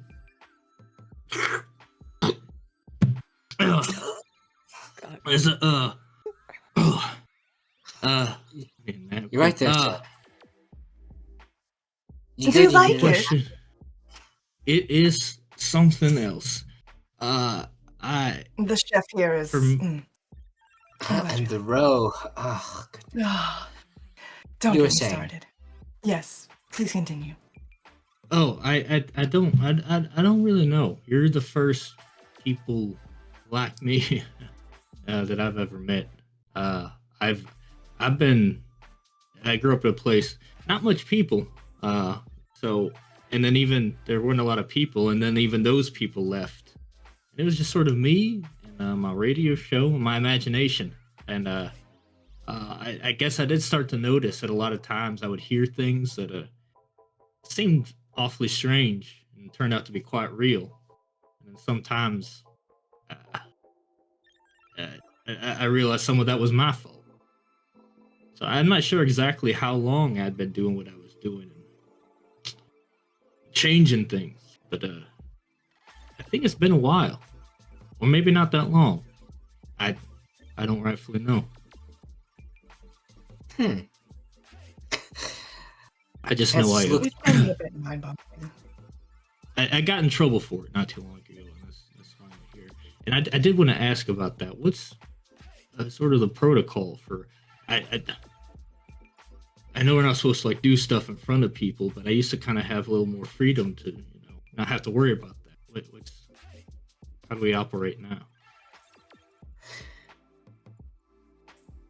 There are eyes everywhere. Instead of answering, I recommend you be a little more discreet. Instead of answering that very good question, Francis, and says, "Do you know what I see for him?" What's that, dear? Something robust, like an oak-aged bourbon. A bit of a rust smell.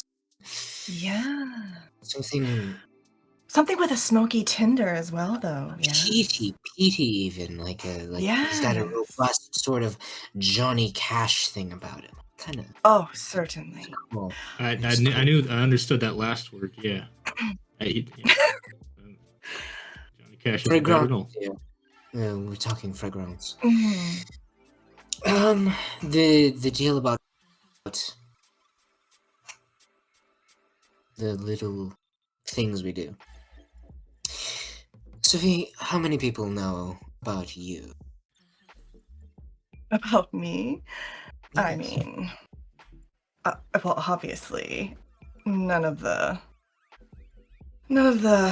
boring, mundane type. Again, keep it discreet. Discreet. Yes. When you're in good company, then it's safe. But you should always make sure that you are indeed in good company and you are indeed safe. You wouldn't want people getting the wrong idea about you.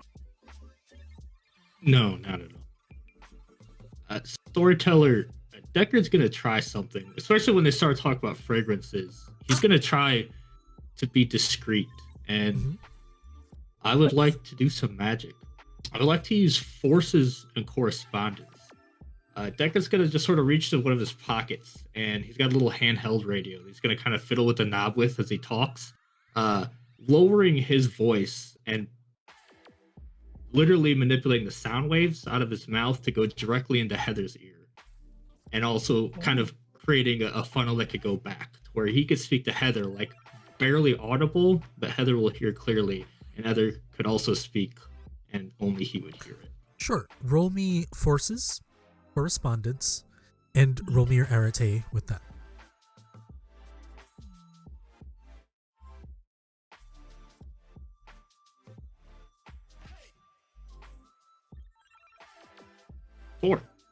Four? Okay. Fantastic. I think now is also the best time for me to introduce our homebrew rule of taking half. Actually, it's not homebrew. It's an adjusted rule for World of Darkness. I will let you know what the difficulty is. If the amount of dots is more than half of that, if the difficulty is half of the amount of dots you have, then you can just take half, and it's an auto success. Clear? Cool. So yeah. So all you needed was two successes to do so. And your arete die was just a regular result. No 1 or 10. Cool. Fantastic. So yeah. These radio waves, Heather, you start to hear in your ear, kind of like static and then kind of clear white noise, as if you're wearing like noise canceling headphones, and they're turned on, and that white noise just to drown out everything. And yeah, Deckard, please continue. You would just hear, "Hey, you can hear me. They can't. They could probably see my lips moving, so this might be a little weird. I'm trying to talk under my mustache a little. You don't have that luxury, so you don't have to say much. But I'm hoping this is discreet. And also, I looked at the menu. I absolutely cannot afford these oysters, and that reminded me that I forgot to pay earlier. So I am going to try to do a little more alternate reality to that waitress does not deserve to be stiff. She did a great job. And if things get weird, just let me know and maybe try to distract these two a little bit. If so, I'm going to casually pull out a cassette player. Please act like it's normal. You can respond back if you want. Actually, if you could just say something so I know this worked. And they're gonna like turn a little bit, so they're kind of like. No, you don't have to. You don't even have to turn. You don't even have to. Oh wait, no, I see you're covering your mouth. No, that's good. Keep doing that. You're good. You're good. I think they were going to pay anyway with their hospitality, as it were. Oh, I'm thank God. trying. Yeah, I Yeah, one of these I- oysters is as much as my rent. All right. And Mr. Deckard, I am so concerned for you. I know we just met, but I am so very concerned for you. That's what friends do. They worry about each other. But But you ain't got to worry I about worry- me. Oh, I'm going to. It's part of our friendship now. Worrying is on the docket. Also, you don't have to. I will pretend that the cassette is normal. It'll be retro. That's back in style. If I had my Game Boy Color, I would join you, but it's going to be fine. Okay, wait. I just heard him say Johnny Cash. I'm gonna jump in here. And then yeah, that's when he. You can tune into that. I think they're trying to make themselves comfortable by putting their work on the table as well. Okay, they're gonna be to hear you now. Bye. Over and out. And you'll drop the effect. Yeah, I was gonna say, should we roll to see if we actually pick up on what's happening? Sure. Do you want to do this magically or just regularly? Oh, magically. I'm not sure if I would have anything magically. Okay. I think the only thing I have is like thaumaturgy. I don't know if that applies. Double check. Oh, actually, yeah. That applies in a way you can roll wits and occult. Okay. You're gonna need. And do I need- Because Deckard rolled 4, I need you to get 4 successes to 4 match. successes? Yeah. Okay.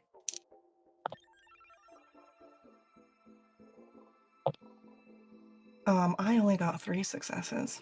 Do I Oh. also have to roll Arete? No. This is for you to identify that magic is happening. Got it. Yeah, you're not sure what's going on. They Okay. look like it just they're new to these things, so you're not sure what they're doing. Okay. So yeah. Did Please. you want to have any kind of response, Francis, or are you just vibing?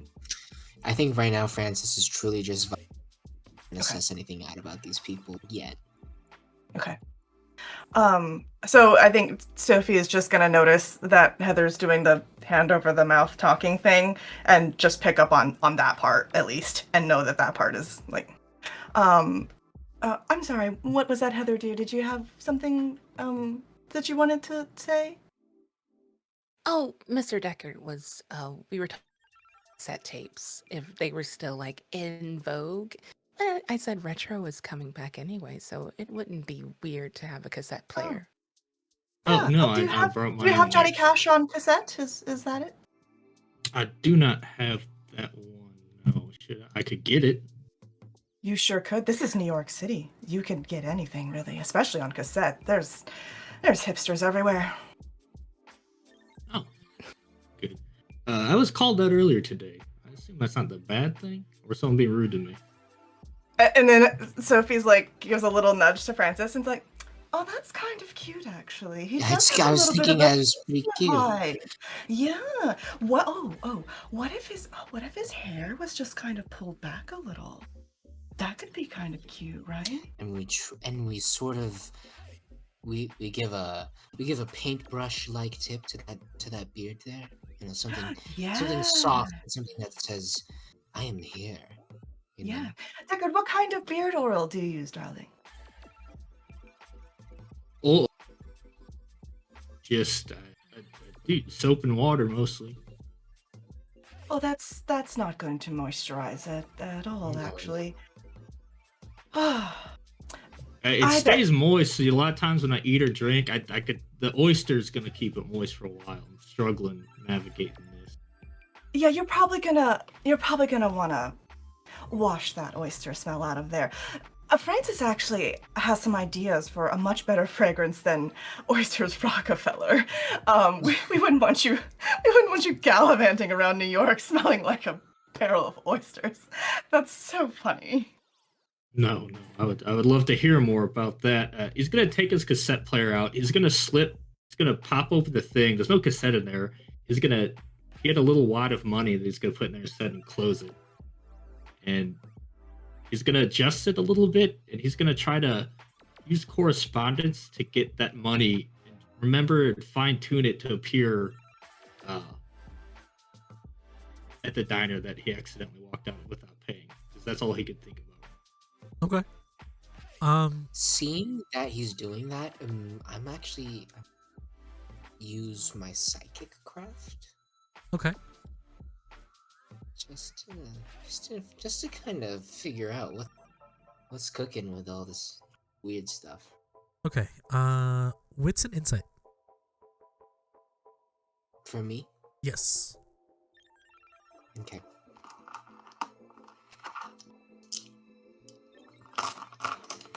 Some nice dice here somewhere. That is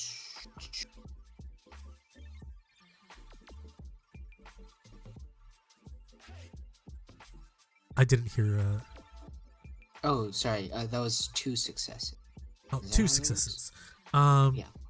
2 successes. Decker, could you roll me like a subterfuge, like a charisma subterfuge, please?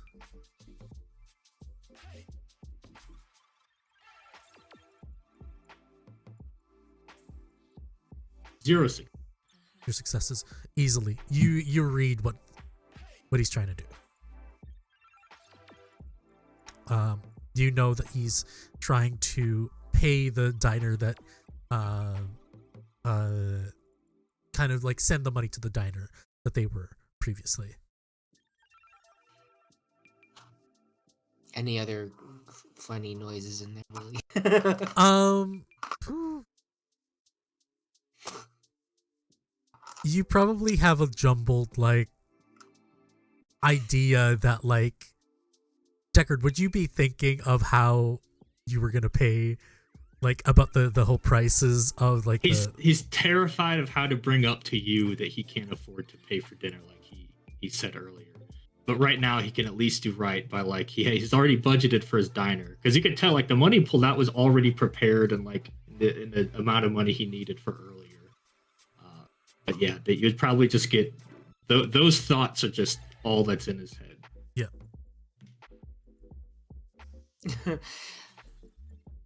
Sufi,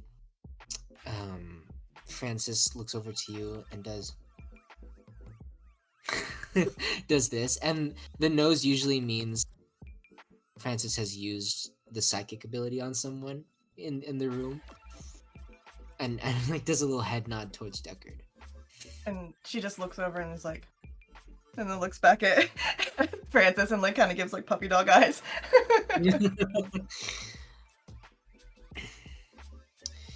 You two,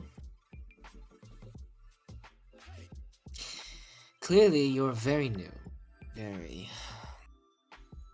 like little newborn penguins or whatever. You're wading through the ice, and it's cold and lonely, and we've Well, we haven't been there. Because actually, when we got our magic, it was pretty great.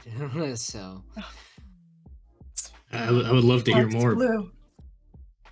That'll Got be your a story magic for another time, darling. together? Oh, please, I would Well, love to yes. hear. Well, honestly, when we met, just literally sparks flew. It was love at first sight.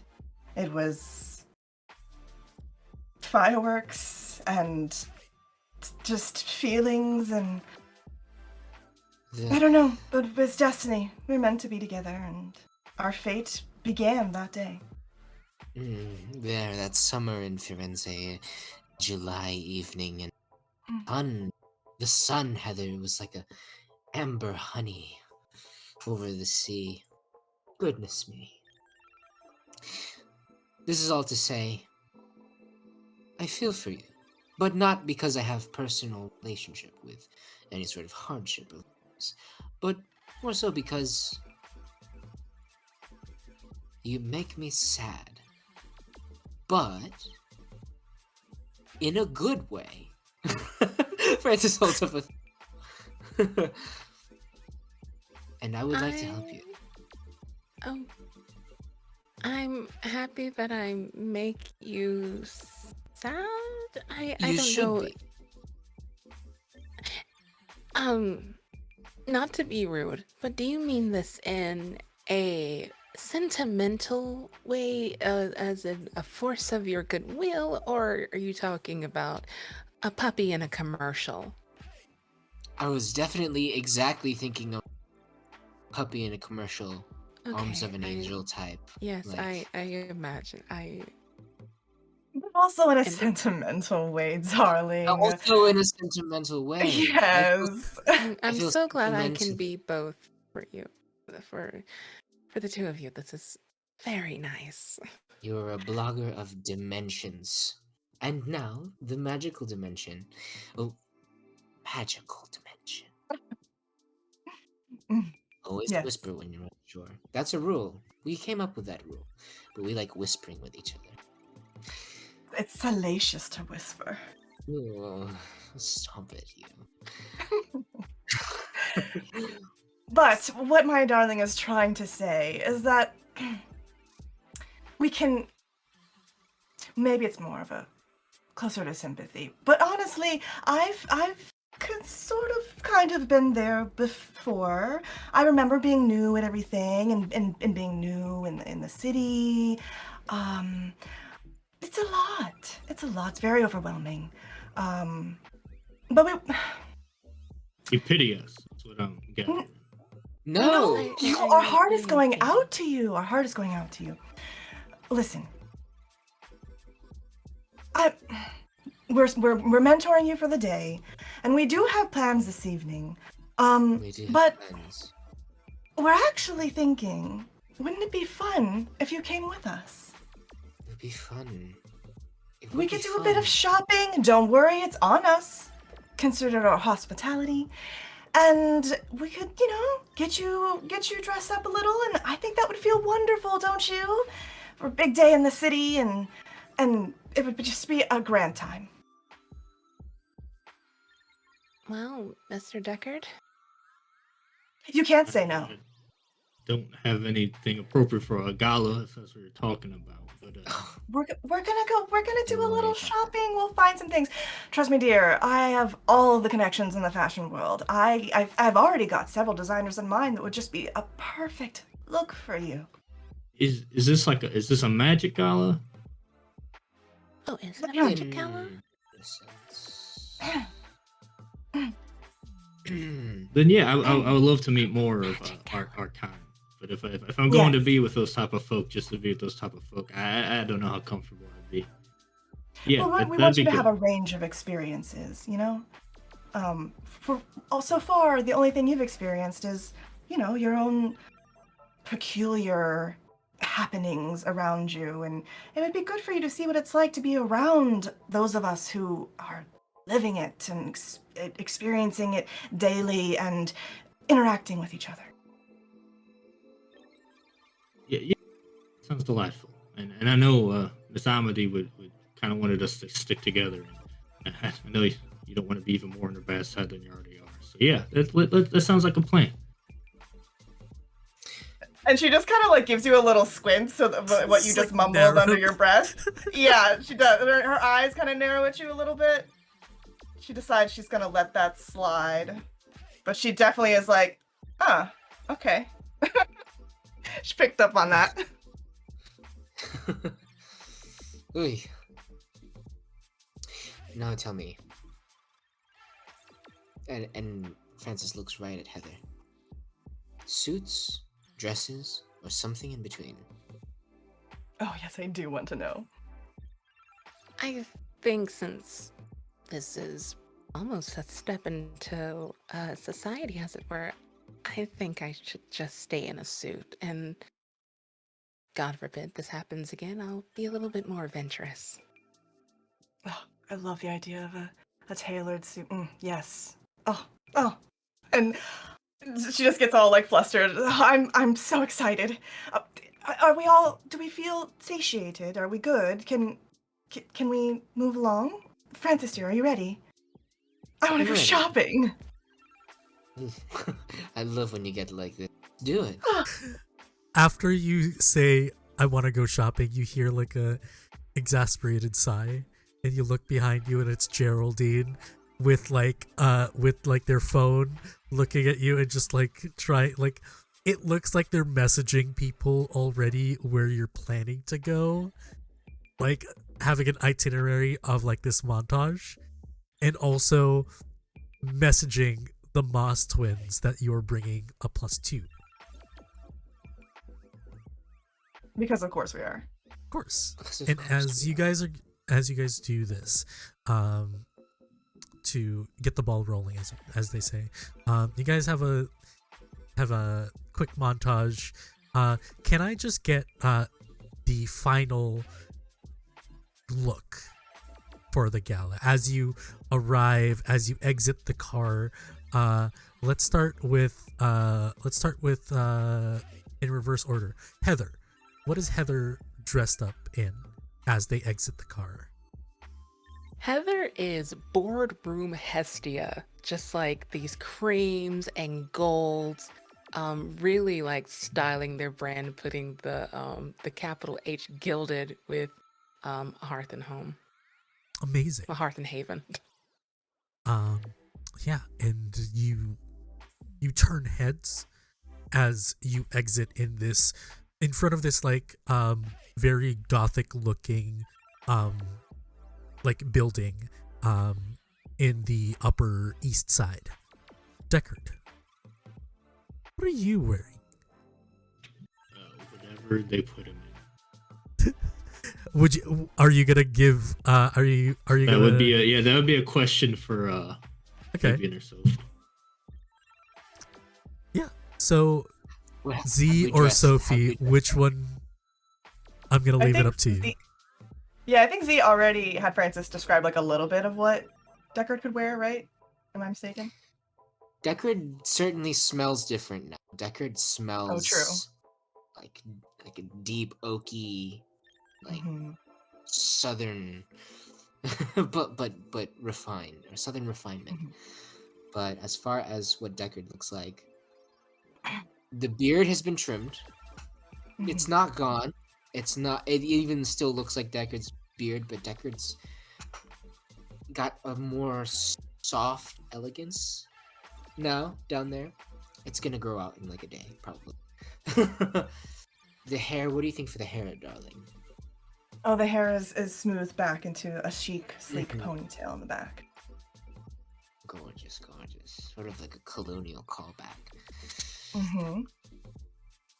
I think Deckard's. What's Deckard wearing? Only request would be pockets. Yeah, Pockets. I see a vest, like waistcoat situation, Yes. maybe in like a, I don't know, like a textured silk or something like that. And I was thinking Perhaps. texture on the shirt as well. I was thinking the Mm. shirt as well. just be smoothed down. It would be there would be layers to it. Maybe Yeah. like a subtle ruffle or Mhm. something. Yeah, we gotta fancy it up a little bit for them. Fancy it up, but also it's like And a nod to the past. yeah, and Sophie has given him like a really, really nice, just like chic looking bolo tie, and there's like a chunk of malachite there. And it's like it's actually like a patent leather cord, which just gives it that little elevated kind of touch, a little bit of shiny. A little shine to it. Mm-hmm. Okay. Yes, and the shoes we didn't have time for custom made, but we got some nice ones on. Some just a nice, not brogued because this is a formal, so something smooth cap, but still eye-catching leather. Really good, really nicely made. Okay. And lastly, You'll love it. well, and lastly, our married couple. What are you guys wearing?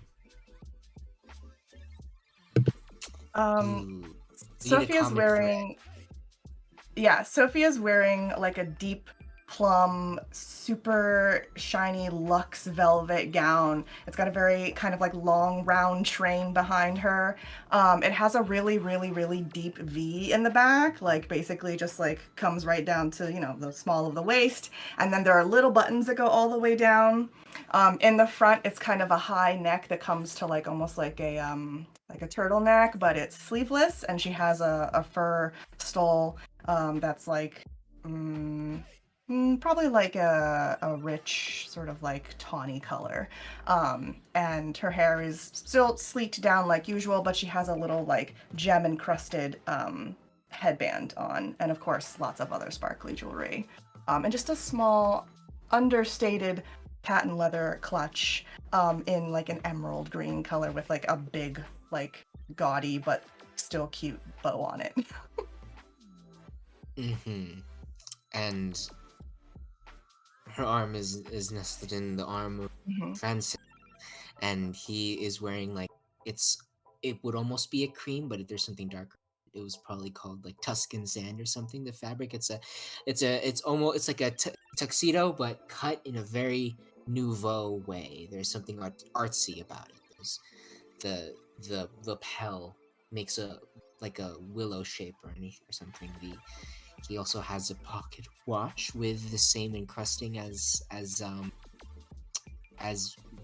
what Sufi is wearing, and the same fabric which was used to make Sufi's gown is his pocket square. And you guys enter into the gala. You notice a lot of very expensive looking garments going around. You see very highbrow people. As you walk within this gala, people greet Sophie and Francis, but Heather and Deckard, you notice that people are looking at you as if they're like, who are these people? Are these new money? Is this like, so you are regarded as interesting to most. They're not quite sure who you are and why you're there, but they assume that the reason why is that you are new up and coming members to the society.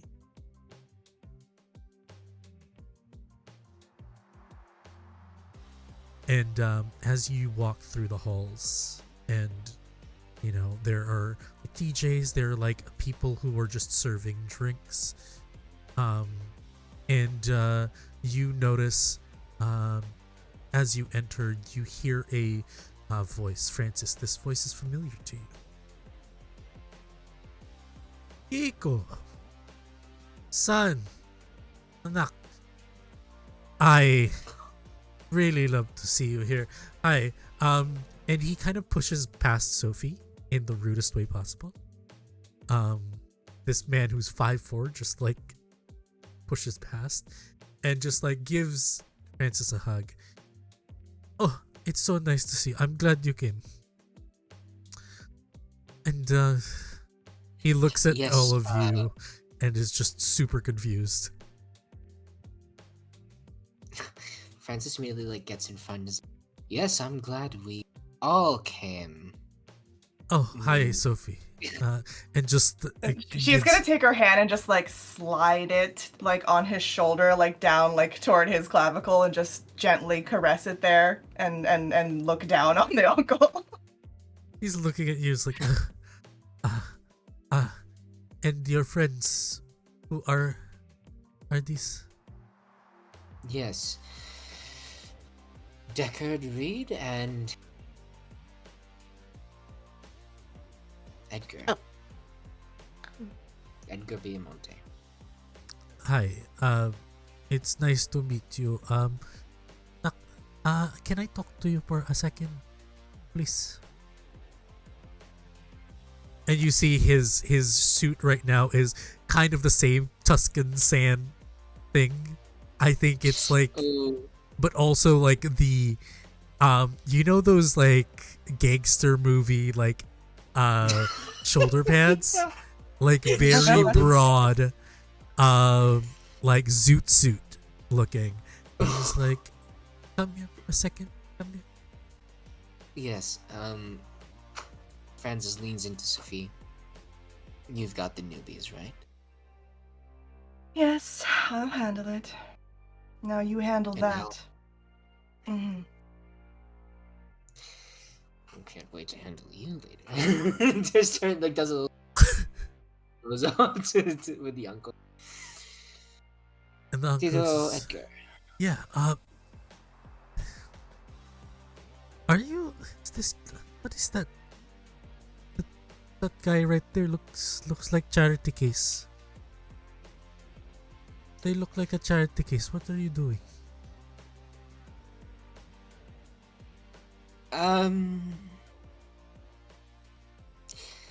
Something a mundane person would understand, Uncle. So I'm afraid I can't really explain Mundane? it to you. What's that word? What do you mean mundane? What are you I calling me? Huh? mean, no, nothing. I'm not. This is not an insult. More of They are our newest models. Yes, we're working on sort of a That old guy concept. model? Why don't you make me model? I look younger than that guy. You know, that doesn't matter. It's fine. I want you to meet my friend. Have you had a lot to drink, Uncle? I haven't. I just arrived. I'm only curious. Yes, if you'd like to. We'll be walking around getting greeted by everyone. Yeah. They can. They look busy. Your wife looks busy. Come here. Come on. Okay.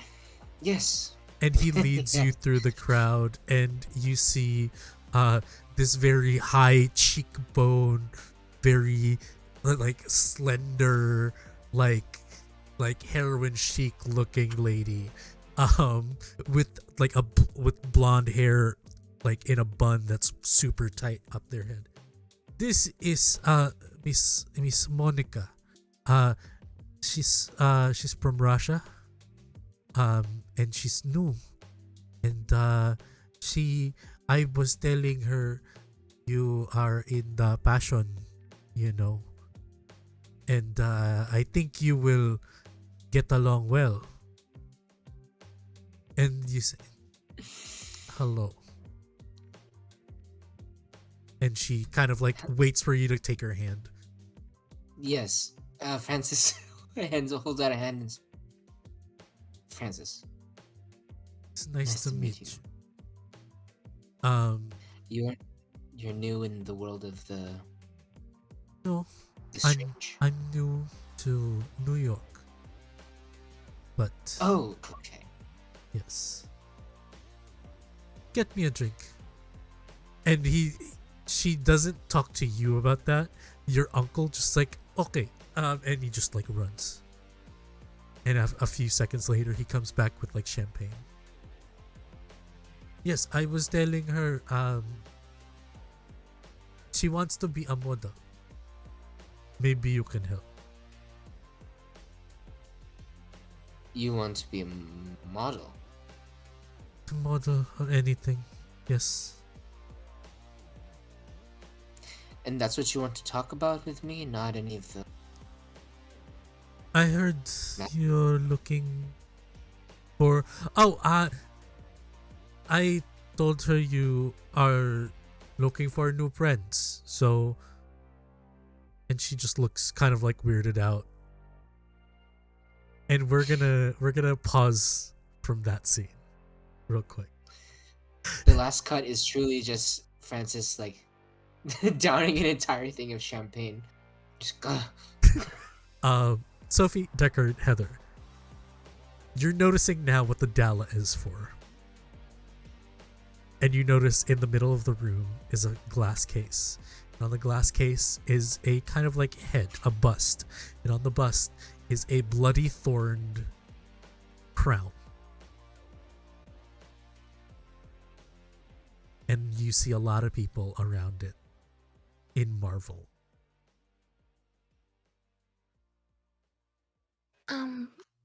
Miss Sophie, is that a form of a statement piece or an art exhibit? I'm very lost. I mean, it does look like art, but I think it might be an artifact, actually. And she starts to kind of like weave in and out and get a little closer. Yeah. You get there, and it does say, from the head of Jesus Christ himself. Oh. And then she just like waves and points at the placard. And like you get the sense that like she's like sort of fascinated, but not necessarily for the sense of like, oh, this is the artifact, like the crown of thorns. She's more like, oh, this is giving me ideas. Oh, I'm so inspired. The thorns, the twisting. Oh, ooh, the blood. Oh. Deckard And she just like get lost in her own head. Deckard and Heather, what are you guys doing? If you look close enough, you'll see Heather's brain oozing out of her ear, trying to comprehend that can't be. This is funny. I am having the time of my life. There's no way they can have the actual crown of Jesus Christ. They're implicating that Christ was an actual figure, and it's just so much happening. Steam, brain matter, all over like her suit right now. As you're contemplating, you look towards the corner of the room. You see another glass case, and it is a broken off tip of a spear. All my years of Sunday school have come to this. I understand now. Someone has a sense of humor, and like she's very quietly talking to herself as she like naturally gravitates towards the next exhibit. Deckard, do you do anything in particular? Deckard will not stray far from him. Okay. Is this what I think it is? I'm sure. If we Is look this close enough, normal we'll for see the water. what we do? I don't know. And it's If my mom was terrifying. alive, she would love this or hate it. I'm not sure. I thought And the whole Holy Sophie just Land like chimes in experience was- as if like again like she's not even really registering your surprise in a way. She's more just like matter of fact answering your questions, and she's like, the Moss twins, they're just so good at what they do. They procure the most just incredible artifacts that you would never imagine. But this, I was not expecting this, and That she's walking Moss- toward the spear, and you can see that she's like still thinking. is the Moss twins is one of them that really well dressed man who was talking to your husband? No, absolutely not. That somewhat decently dressed man who's clearly The stuck shoulder in the pads? wrong That's a good decade. move. No. Actually, you're pointing out the shoulder pads for the wrong reason. The shoulder pads are not the silhouette. Anyway, I'm not going to discuss this man's lacking Shoulder fashion pads taste. are out now? Man, things are wild. All right. On that man specifically. No, that is a family member of my sweet Francis. Pay no mind to him, honestly. No, not a mom. No. Oh, did I hear our names? And from behind you, you see this blonde guy, like chiseled features, about 6'3", and a blonde woman next to him have like very similar features. It's very uncanny valley the way that they actually look alike. And there's like, darling Sophie, how are you doing? It's so lovely to see you. Darlings. And she takes her hands on either side of their cheeks and like kisses them like as if they were one entity. Yeah. And they do the same. And it's like, we were wondering who you were bringing, and I would love to be introduced. Aren't they positively, darling? This is our new friends. This is Heather Alder and Deckard Reed. They're new in town, and we just thought we would bring them out for just, the most lovely night in the town to see what you have procured. And my, you've outdone yourself. I knew. It would have been better if it was an actual troll penis, but we couldn't really get that anyway. Next time. I have faith in you. But they were admiring. Yes? I think that they... Absolutely. Yeah. Why? I guess that's my question. Why? Why? Why? Yeah. Why not? Huh. I didn't consider that.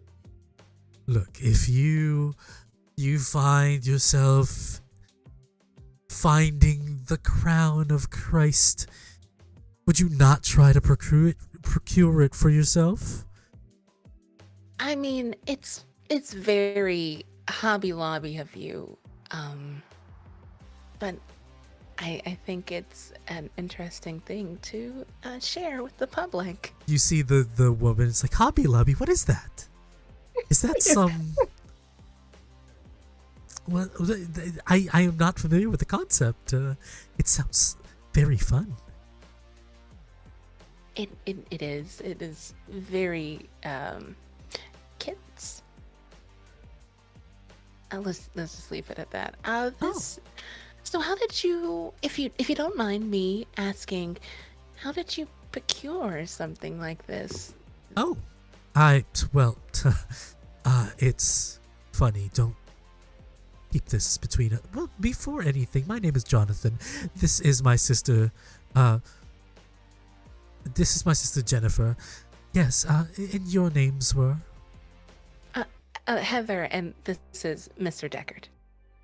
It's nice to meet you. Well, as I was saying, just between us, we were kind of mulling about downtown in one of the, and he just mouths night market, and looks around, making sure that nobody has read their lips or heard anything, and we found somebody who was able to procure some very rare items. And this was years ago. And we got the spear from him.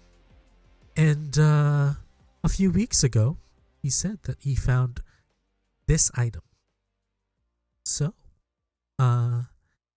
we just couldn't leave the set unfinished, correct? So serendipitous to have the full set. Well, not I'm positively yet. inspired. Oh, what else do you have in store for us? Well, we're trying to procure a piece of the actual cross.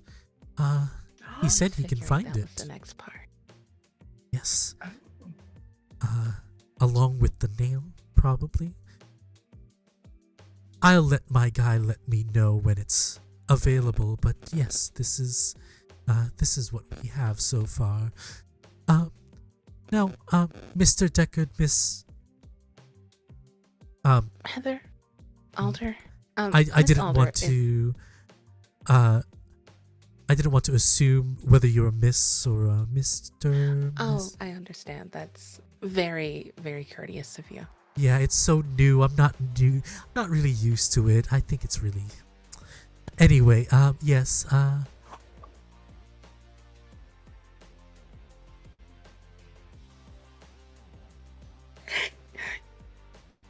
You were so brave. I can't even handle that. Okay, it's too good. Anyway, I'll continue. I'm so sorry. There was something in my. Oh yes. I hope I didn't misgender, right? Is the term? No, you did not. For I'm all glad. intents and purposes. I'm glad. Yes. Miss Heather, what is it that you do? Beyond being surprised and stupefied by all of this, I do a bit of blogging. I don't know if you've heard of Hearth and Haven. Well, you're underselling it, dear. She's an influencer. She Oh. has represented so many not brands. myself. She Miss is the Sophie, one who started that I would smoothie never- trend. I- Remember Oh. when everyone was You are getting too yes, and they were all in the kind. clay. I think I am. You going couldn't get to anyone to eat a French explode. fry. Not at all. I If you don't want want to be to see for responsible. yourself, I think we have a bag. He'll pull out some of the printouts. These are my copies, and I took notes, so you can't have them. But you can kind of see an idea what the blog. Oh, that's so Just some of adorable. the articles that I found useful. They look at each other. It's like printouts. Oh my god. Well. Yeah, yeah. Well, first, that trend was amazing. It's fantastic, dear. And Miss- yes. Mr. Deckard, I think I noticed, maybe if we can just have a moment, and not even waiting for an answer, Heather's just kind of gonna arrange the two of them out of the conversation into a corner for a second. Yeah, and we're gonna move. Before we move past to the two of you, like, Sophie, Yeah. are those?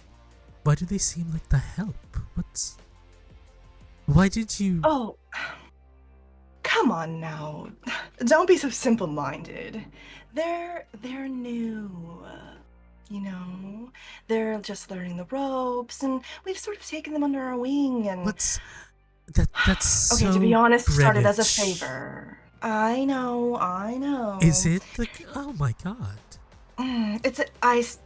Listen, I'm doing it as a favor, but they're very sweet people. Honestly, you could open your mind a little. Next, you're gonna be associated with those marauders. This is so disgusting. Can you not? Come on now. Okay, well, dear, make sure they don't dirty up the place, okay? And you see, Jonathan, without waiting for your response, walks away, and Jennifer's just like standing there, and just follows her brother.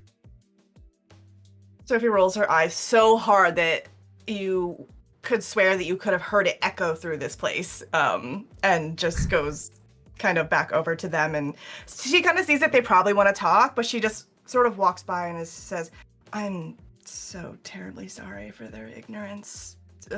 It's It can be a slog sometimes. And then she walks off to continue showing face elsewhere. Okay. Heather, Deckard. What do you guys? You should really get like business cards or something. I realize that'd probably be really useful for something like this. You know, something tactile that people can understand.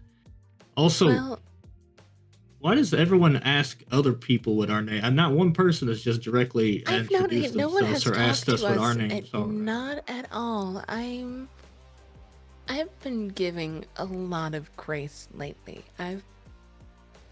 Being talked down to or talked at has I've learned to accept for the most part, but I am losing my mind.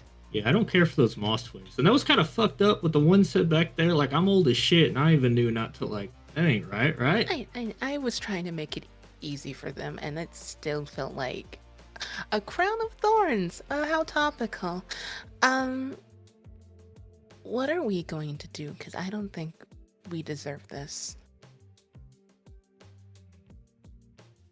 I mean, I Should want we to fuck even- with them, but I don't want to get our friends in trouble.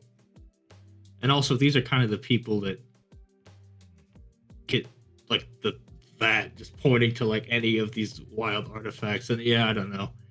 This is We are interesting. at a This is not what I loss. thought being we are would Oh, be absolutely. Me neither. I thought this would be a little more folksy. like. The night I market guess. sounds kind of cool.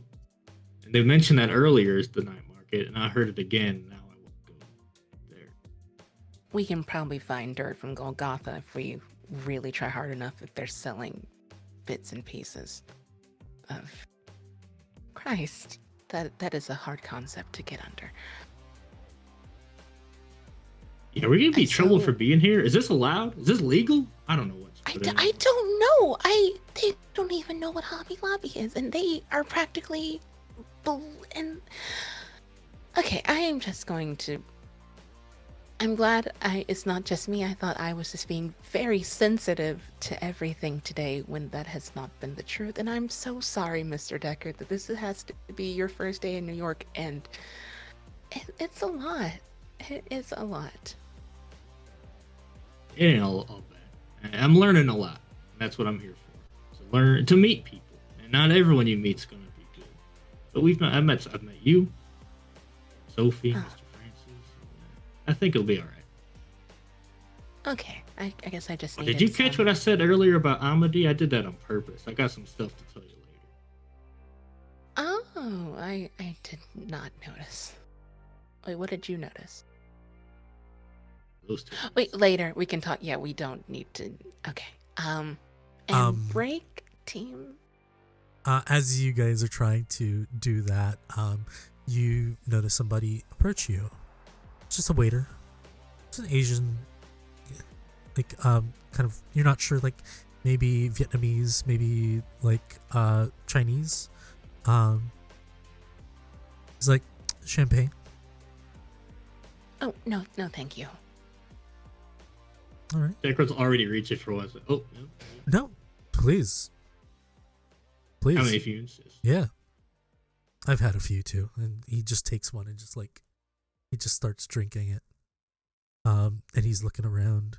And people are, like, you notice that people are so entranced by the, what do you call this? By the exhibit that they're not noticing that this waiter is just fucking around. You notice that his tie isn't even like tied properly. Y'all worked one of these before? Me? You're asking Yeah. me, sir? Yeah, of course. Yeah. Oh, like this? Like you know these? Is this normal? Oh, not They got this, going not on? this. It's just normal what rich people don't really notice. What the fuck we're doing. You guys seemed pretty different, so I kind of felt like just, I don't know, seeing what's up. Are you sure? I'm sure we are definitely in the same tax bracket for sure. Oh. Yeah. Yeah. I don't even pay my taxes, so yeah. Hey, that's smart. I'm pretty sure they don't either, but that is a completely different conversation. Hey, but if you really like, he's still offering like champagne. It's like, yeah, you sure you don't want any? You're being very insistent, and I'm just Oh. going to be polite, and they're just I'm gonna like pinch the flute and just take a very delicate sip. Sorry, I didn't mean to be insistent. No. I need to loosen up by a lot if I'm going to survive the rest of this night. I need to be polite. Yeah. You might need to be, of course. Can I get let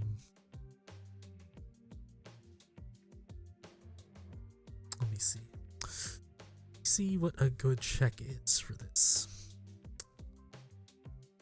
I should have thought of this beforehand.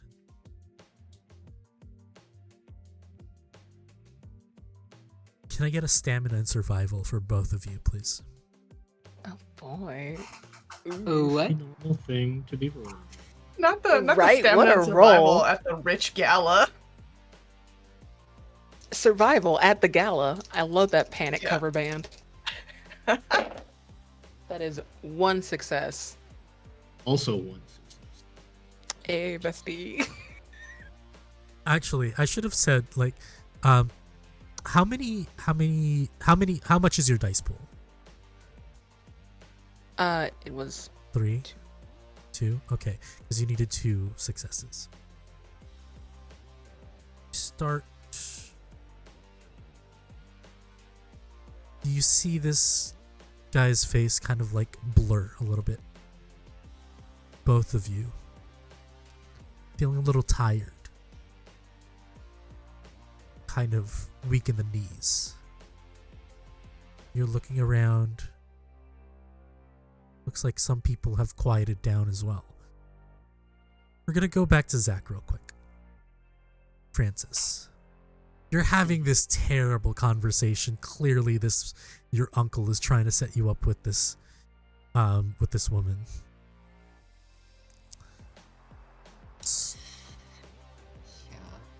Yeah. Is my uncle still there, by the way? Your uncle actually walked away. You can't really see your uncle right now. Francis is gonna start trying to find his uncle. He's gonna give Monica, excuse me, because he's now had like 3 flutes of champagne, and he's gonna go yell at his uncle. And you notice as you try to look for your uncle, Monica drops.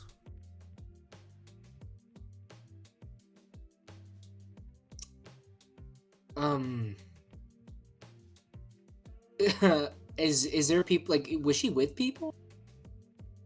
No, and you're noticing people are starting to drop like flies. Of just like passing out. Sophie, you're noticing as well. People are passing out. Francis, like, I'm gonna. Oh, go ahead. Oh, he's like, is this like an art thing, or he sets his champagne flute down, and I'm gonna use my wife's senses. How do I do that? Your wife senses? You don't have to roll anything. Okay. Your wife senses. You know that your wife is like. Sophie, did you drink any of the? I did not. Okay. No, Sophie did not. Yeah. So, you're noticing that they're okay. You can see them. You can find them right away. Heather and Deckard. You're not passing out. You just know that some shit is going on. It's not good. You're starting to see people starting to pass out as well. And you are noticing that this guy just chucks the thing. Just all the flutes and champagne. It's like, look, the two of you seem okay, so I'm not gonna serve you more drinks. I think you hate these people as much as I do, so I'm just gonna... And he starts walking towards the exhibit. Sophie and Francis, you start to see people. You look around, you see Jonathan and Jennifer are slumped over. You just hear it can, if Francis can at all muster up a yell, he's yelling, "Darling, Sophie!" as loud as he can, possibly, as his muscles are falling asleep. Oh, right, because you did. Okay, so with my husband's sense, can I actually then tell that something is wrong? Yes. Okay. So I'm gonna say that Sophie started to kind of like look for where Heather and Deckard were because she feels like they're her responsibility. And so she's seeing people falling down and like realizing, well, that's not good. And she sees that they are still upright, but then catches a slight echo of Francis's voice and gets that immediate sense that something is wrong. So she is going to definitely start running toward his voice. You find... Am I able to catch up with him? Yeah, exactly. Okay. So she I'm assuming maybe you're kind of starting to get a little floppy. Yeah. She's gonna run up and just sort of grab you and say, "What's happened? What's going on? Why are you not upright and strong and stable? What's happening?" Fabs, how does this feel right now? Roll me stamina and survival. Let's see how hard it's hitting you. Stamina is 2. Survival is gonna be no. If it's no dots, there's no die, right? Yes. How about 2 fails? 2 failures? 2 failures and that's it. How many would you think you have drank? To get through that conversation, like at least 3 flutes. At least 3 flutes. You're feeling half of your body, your legs just give out. You can feel it, but like the motor skills aren't there. Francis like reaches a very like faint and clammy hand up Sophie and says, "Darling, stay away from the champagne. It's no good." Well, I didn't have any, but clearly you did, and that's not good. That must mean that something foul is afoot, and I don't know who's behind it or why, but we should get out of here as soon as possible. I can't. Are we all in the same room? Yeah, like you guys are basically, the room is like there is an exhibit in the middle and there's like kind of a threshold, and Sophie and Francis are by the threshold. The 2 of you are by like kind of like a table of like hors d'oeuvres. You're noticing that apart from everybody slumped over, starting to like fall and slump over, the waiters, the caterers, are starting to head out of one of the doors. I would have grabbed Heather by the hand as soon as I started feeling something, and the waiter kind of let us know that something was up and scanned and started heading towards the other 2. And the 2 of you notice this one waiter. You're noticing he's like wiping stuff off of his thing, and you notice now that like he's starting to show like tattoos that he has had on him. And he has a tattoo on his forehead. On his hand, you see that he has a tattoo of an eye in a triangle. And he's like, 2 of you better stay away from this whole high society bullshit. You guys seem better than that. And he starts to light a cigarette.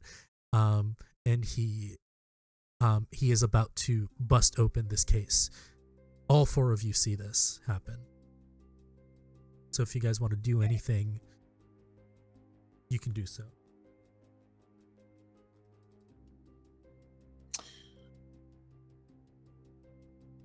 Decker's just gonna look at the two real quick. He's the fish out of water here. He's like, do we stop him?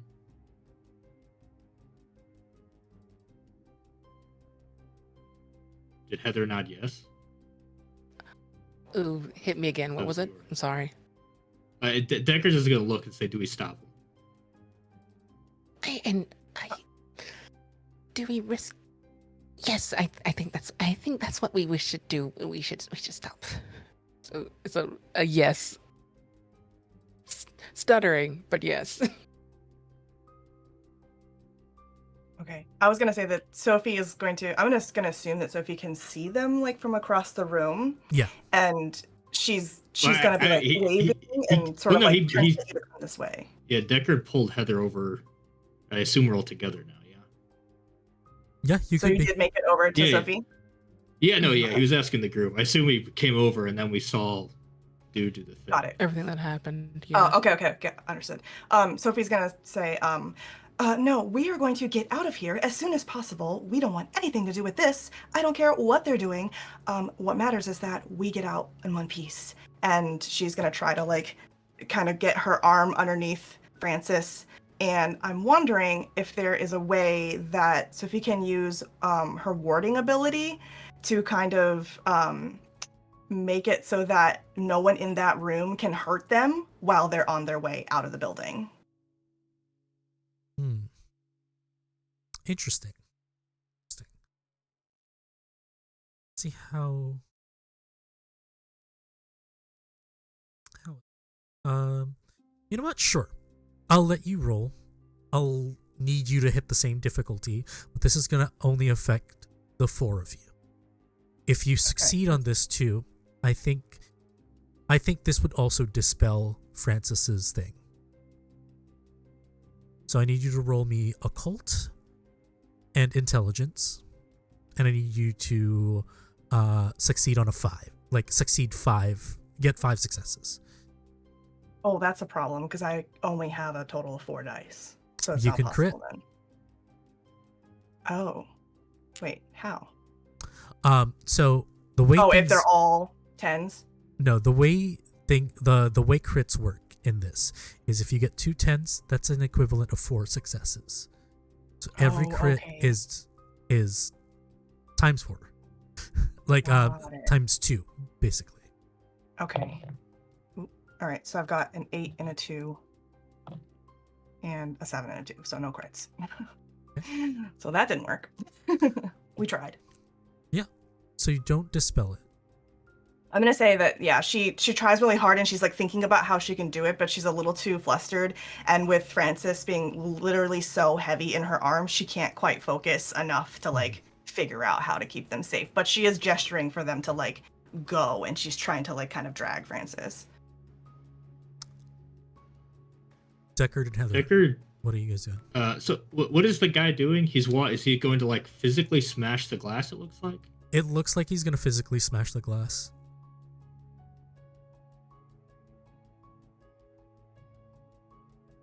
Deckard's gonna just stare, reach into this little thing where he keeps his little handheld radio, and he's just gonna like pop on these headphones out of nowhere and Okay. just start fiddling with this, just waiting. And he wants to wait, and he's really listening for the vibrations, listening for that moment of impact when is he using like a fist. He's using the end of his lighter to basically He's- smash it. Even better. When that hits, that vibration, he wants to manipulate those forces to be almost like a spark and amplify it to essentially make this lighter blow up in his hand. Okay. Heather, are you doing anything? I am like everyone a little new to Mage. Is there any way I can support that role? Or like help attune? I'm not entirely sure. Your affinity is entropy, correct? Yes. And that's with luck. I would say I'll add a die to Deckard, his check, as kind of like a assisted your magic is trying to assist this effect. Okay. You see him smash down, and you time it. I need you to... It's like good to ask for you to roll here. You know what? Correspondence. Definitely. Do you have matter? I have one, but I was trying to do more forces. Oh, you're trying to do forces. Okay. Add forces and matter and your arete. And then add one more die.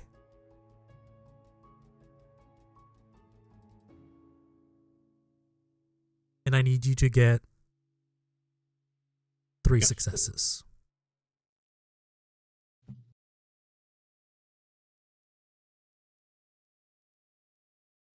Oh, you have 4.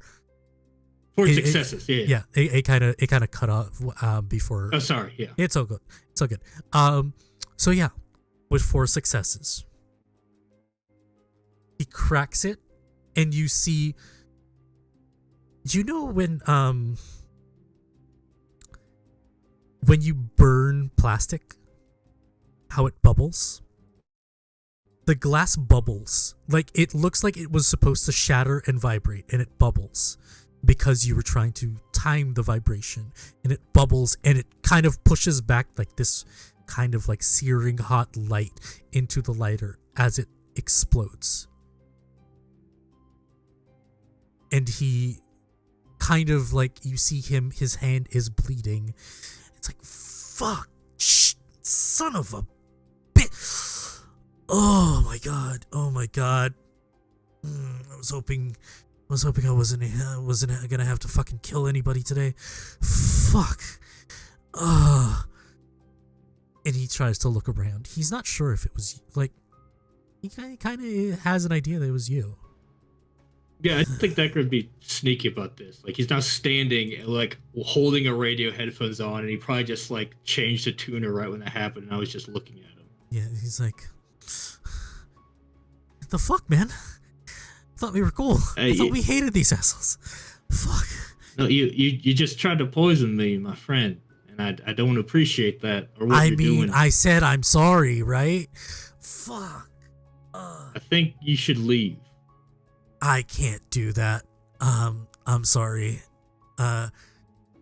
Look, y'all are welcome to leave, but I gotta do something.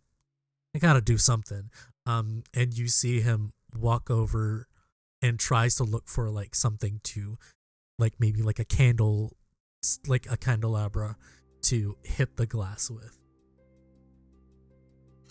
Is there any way I could use... I'm new to Mage. Any way I can use my affinity mind to at least convince myself that I am not... Sure.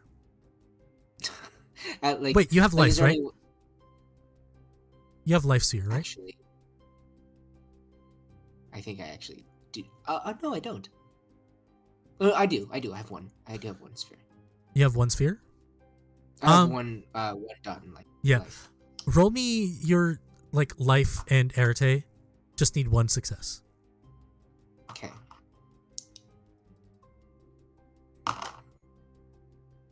One success. Fantastic. Yeah. You can pretty much do it. Yeah. Takes out like a vial of something that smells really strong and just huffs it. How do I feel?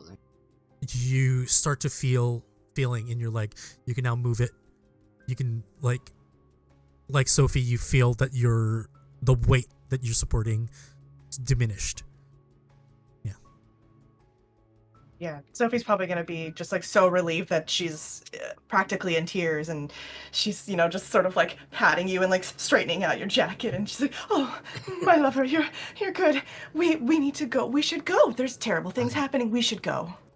Is it our responsibility to stop the terrible things? And Sophie just looks at Francis and she's like, not in our opinion. When you say that, Francis does put a hand on like my uncle is here. Oh.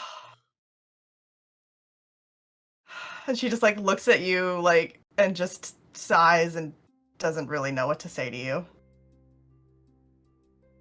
And the rest of you now see, you now see this guy. He kind of like tied his hand up, and now he has a candelabra. Like, you should listen to her. This is none of your business. You guys were on in the wrong place, the right time.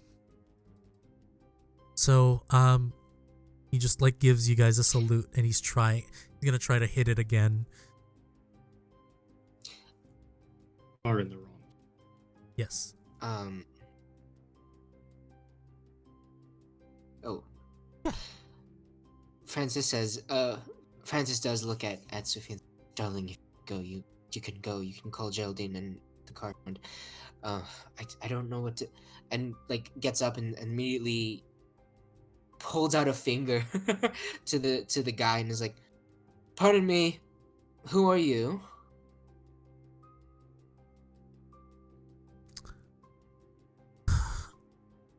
And you start to realize he has like this look of realization.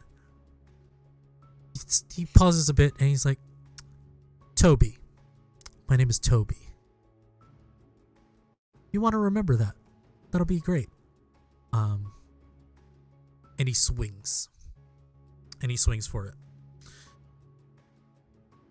You hear the breaking of glass.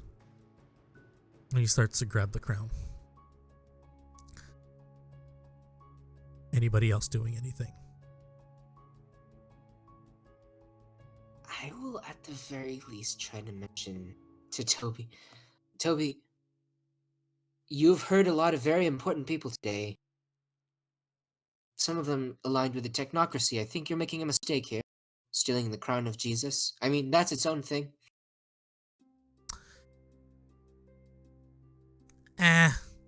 And he starts to light it on fire. After the thing was smashed, if I could, yes. Deckard was just humming different things, remembering different sounds, and then he's remembering the water, the sound of water, just the water out there. Took a moment because the airport was near that. That's the he said the wrong place. This is the wrong place. That's the right place for him, and he's gonna try to tune into that location, and specifically tune into as he talks. He's sort of honing in on the vibrations of his voice, and those belong there. And he's going to try to use correspondence to essentially change where the location of this individual, and to take him from here and place him in the bay. Okay. Roll me correspondence in Arete.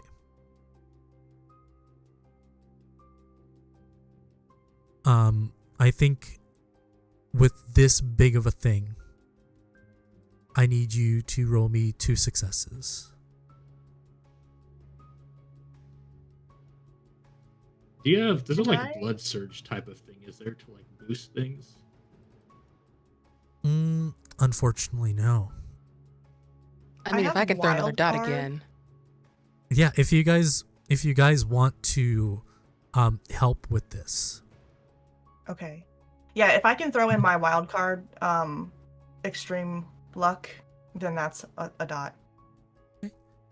Collectively, you know what? I'll let you guys help out with that. Add 2 more dice.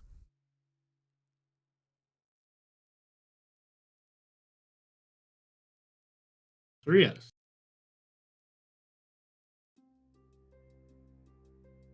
Is it? Well, I do. What the arete is a 1 though. I don't know if that matters. If Your it's arete full is a 1?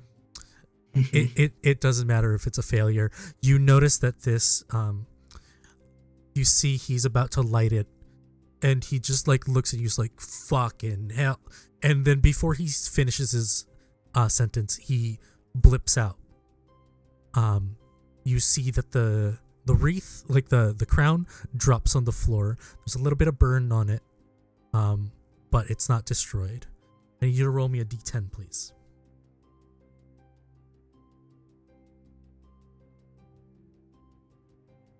Tell me what you got. It's a 10. It's either really bad or really good.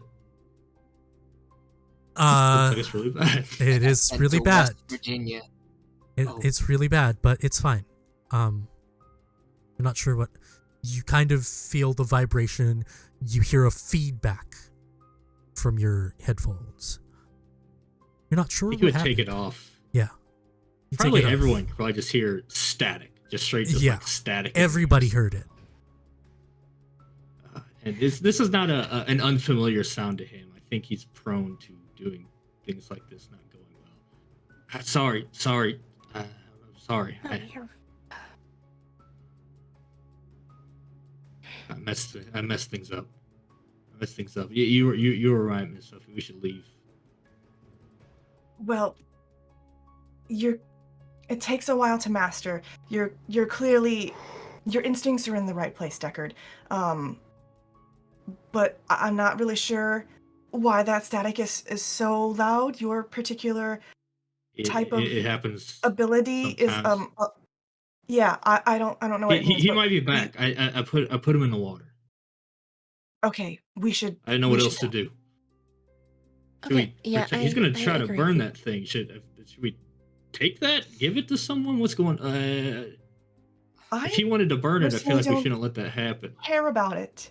I just want to get us out of here. And then I don't know if Francis did run off to find his uncle. No, Not still yet. there? Francis is still holding on to you, but says, looks around. Is anyone standing up at all? No. Is there anyone besides us? N- Okay. No. Makes me like I need with a success of with a difficulty of 2, if anybody wants to make a wits and medicine check or intelligence medicine just to see what actually is going on. I'll just roll my flat intelligence. Okay. I got a 10. I got 2 successes. 2 I successes. only got 1 success. Okay. 1 successes. The only thing that you know with 1 success is they're breathing. With 2 successes, you're pretty sure that this is a chemically induced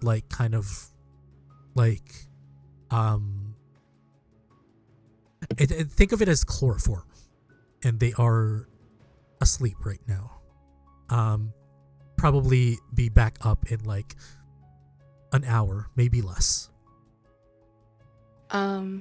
While we're checking people, can Heather take the crown? Yeah. Just kind of pick a couple of thorns. And they didn't necessarily have a bag of some sort. I don't know if anyone wants to take this with them, but it was about to be destroyed, and we can just hold it for safekeeping, maybe a night or so until we figure out what happened. You want to hold on to the crown of Jesus Christ? Yes, I So- do. Yes, and that is somehow is the least wildest thing I've heard tonight. So, unless anyone wants to take it from me, I'm just going to have it on my You person are- for a bit. You're a curious one. By all means, you Or- do you. as they Mr. say. Deckard, you did prevent this. Do you want to? I'm not a religious man, but that still makes me deeply uncomfortable to possess something like that. You're Okay, one of the smartest people I know, so you should. If anyone knows what to do with it, it's going to be you. Oh, I absolutely don't know what to do with this. I'm just going to. We should go. Do we have we should. anyone have a safe place? I have got a spot. Okay. I don't know anything about where people without money live. I'm assuming not a front door security. You have money. I'm sorry.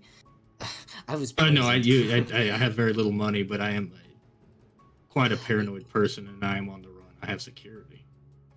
Do you have a front door security? Do you have a personal valet who knows karate or anything? I don't Strong have. locks? No, Why are I we don't still have people. standing in here? Can we please Yes, exit that's the a good question. We premises? should, yeah. Y- We Yeah, can yes. walk let's in go now. to your place. And as She's you gonna guys pull are out her phone and like dial for Geraldine to bring the car around. as you guys are walking out, you notice Edgar out there, like by like almost like he was almost at the bathroom before he passed out. Oh. Dito Edgar. Like kind of hobbles over, holding on to desks and like bats him on the face. Smelling salts? Will that work? Sure. Do you have any? I would probably at least have a very strong, musky thing on Sure. me. Yeah. Okay. He's like, Oh no, you do, because the pocket watch that Sophie gave you Yeah. has smelling salts in it. oh, nice. That's correct. Literally, yes. That's yes. like legitimately, yeah. He's, Gem encrusted. oh my pocket. god. What happened? Are you okay? I beat you- myself. you How feel am I okay? You did pee yourself. I'm stepping in it. I'm stepping in that. What happened? I What's don't know. going on? Tita Edgar, let's get you out of here. Get me Let's out get you of out here. of here. Before anybody Yes. sees. Lean on me. That's not the worst thing going. Lean on me. Okay. And he leans on you. Like less, like a little bit less than that, because you have pee on you. Just moderately lean. I used to wipe your We're gonna- I used to wipe your butt when you were a child. And you're worried about my pee? Oh my god. At this point, Francis is ignoring him. Have you called Geraldine? Of Sophie. course, dude. The car's gonna be around any second now. Can you just call a car for your uncle? Like, please don't He tell me you're gonna almost bring him in died. the car with us. I know. But we're gonna have 4 people in the car. Francis, Starling, please. Really? Okay, well, You guys I'll get call him in down. the car. You guys get down. Geraldine sees the thing. Does he need help? Does he need Geraldine, yes. Could you please call our darling uncle Edgar a car, please? so that it's he may yeah, go home safe. of course. I'll take him home. Yes, of course. Thank you, sweetness. Thank you. Thank you. Okay. What are we paying her? Talk about it later. Not enough, clearly. Francis is gonna put a hand on the shoulders of both Heather and Deckard and say, and he's about to say something, and he stops and like looks over at Sophie. Can they stay with us tonight? I think it's the least we could do after this night that we've had. Let's just go. You're Let's get staying with away us from- tonight. Yes. We're gonna go somewhere very safe. Here, get in the car. Get in. Oh, you're muted, I believe. All I said was, okay. So you guys get into the car. You drive 4 blocks. You get to the house. And as you get to the apartment, you have the crown. You're not sure what to do. The sun has set. Things went awry, and tomorrow is probably the best time to figure out what to do. We're going to end our session there. Fantastic. Sorry for running a little late. We were hoping to end at 1, but next time we'll try to do a little bit better in the pacing. But thank you so much for joining us. Thank you for the clips. Thank you for staying for so late. Thank you for our East Coasters here that are powering through. But I'm gonna leave Thank it. you to Jesus. Thank you to Jesus for our plot. But yeah, again, join us again next week as we continue the story. My name is Fabian. I have been your storyteller. You can find me at Rockets and Pens. You can also find me here, Bad House RPG, on Mondays, and next week on Fridays as well. Just give us a follow. Links are all down. You can and I'll even type in ANA chat, the cast, so you can follow each and every one of us. Oh fuck, even me, Streamlabs, that's my account anyway. Well, follow our Twitter and like check out their links there. But yeah, I'm gonna go around so you can meet the cast. Patty, who are you? Where can they find you? Do you have anything coming up? I'm Batty. You can find me at Bats Pajamas on pretty much every social platform, including Twitch and Twitter. That's BATZ Pajamas.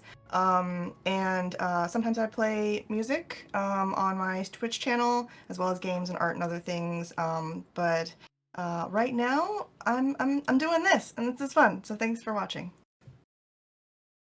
Amazing. Bully. Hello, I'm Bully. You can find my stuff at Table Goth. It's a channel I run and put stuff on.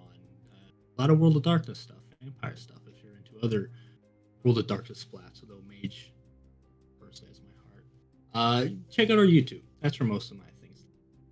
Oh, and also I'm gonna be on. Well, I have a lot of things coming up. I'm gonna be on Villains. It's a vampire show. Hell yeah. Hosted by Carrying Comfort. You should check that out. You should share You that, should. fund that. Do what you gotta do. You should, or I'll cast a spell on you. Z. Hey, I am Z or Zach. You can find me on Twitter at ZachDevs. You can also find me Tuesday nights at 8 p.m. Eastern Time on Stella Luna's channel. That's twitch.tv/Stella Luna, playing Calliope in our Underwater Revolution Cypher campaign called Brian and Blight. That's me. Hell yeah. Last and not least, Vin. Hi guys, I'm Vin at VinVoxVA on Twitter. I'm a voice actor and tabletop performer. All of my announcements can be found on Twitter, and if you want to see like my fancy voiceover stuff, you can find me at vinvox.com. Hell yeah. Again, check us out. Bad House RPG. We don't really sign off here. We just say bye. Bye.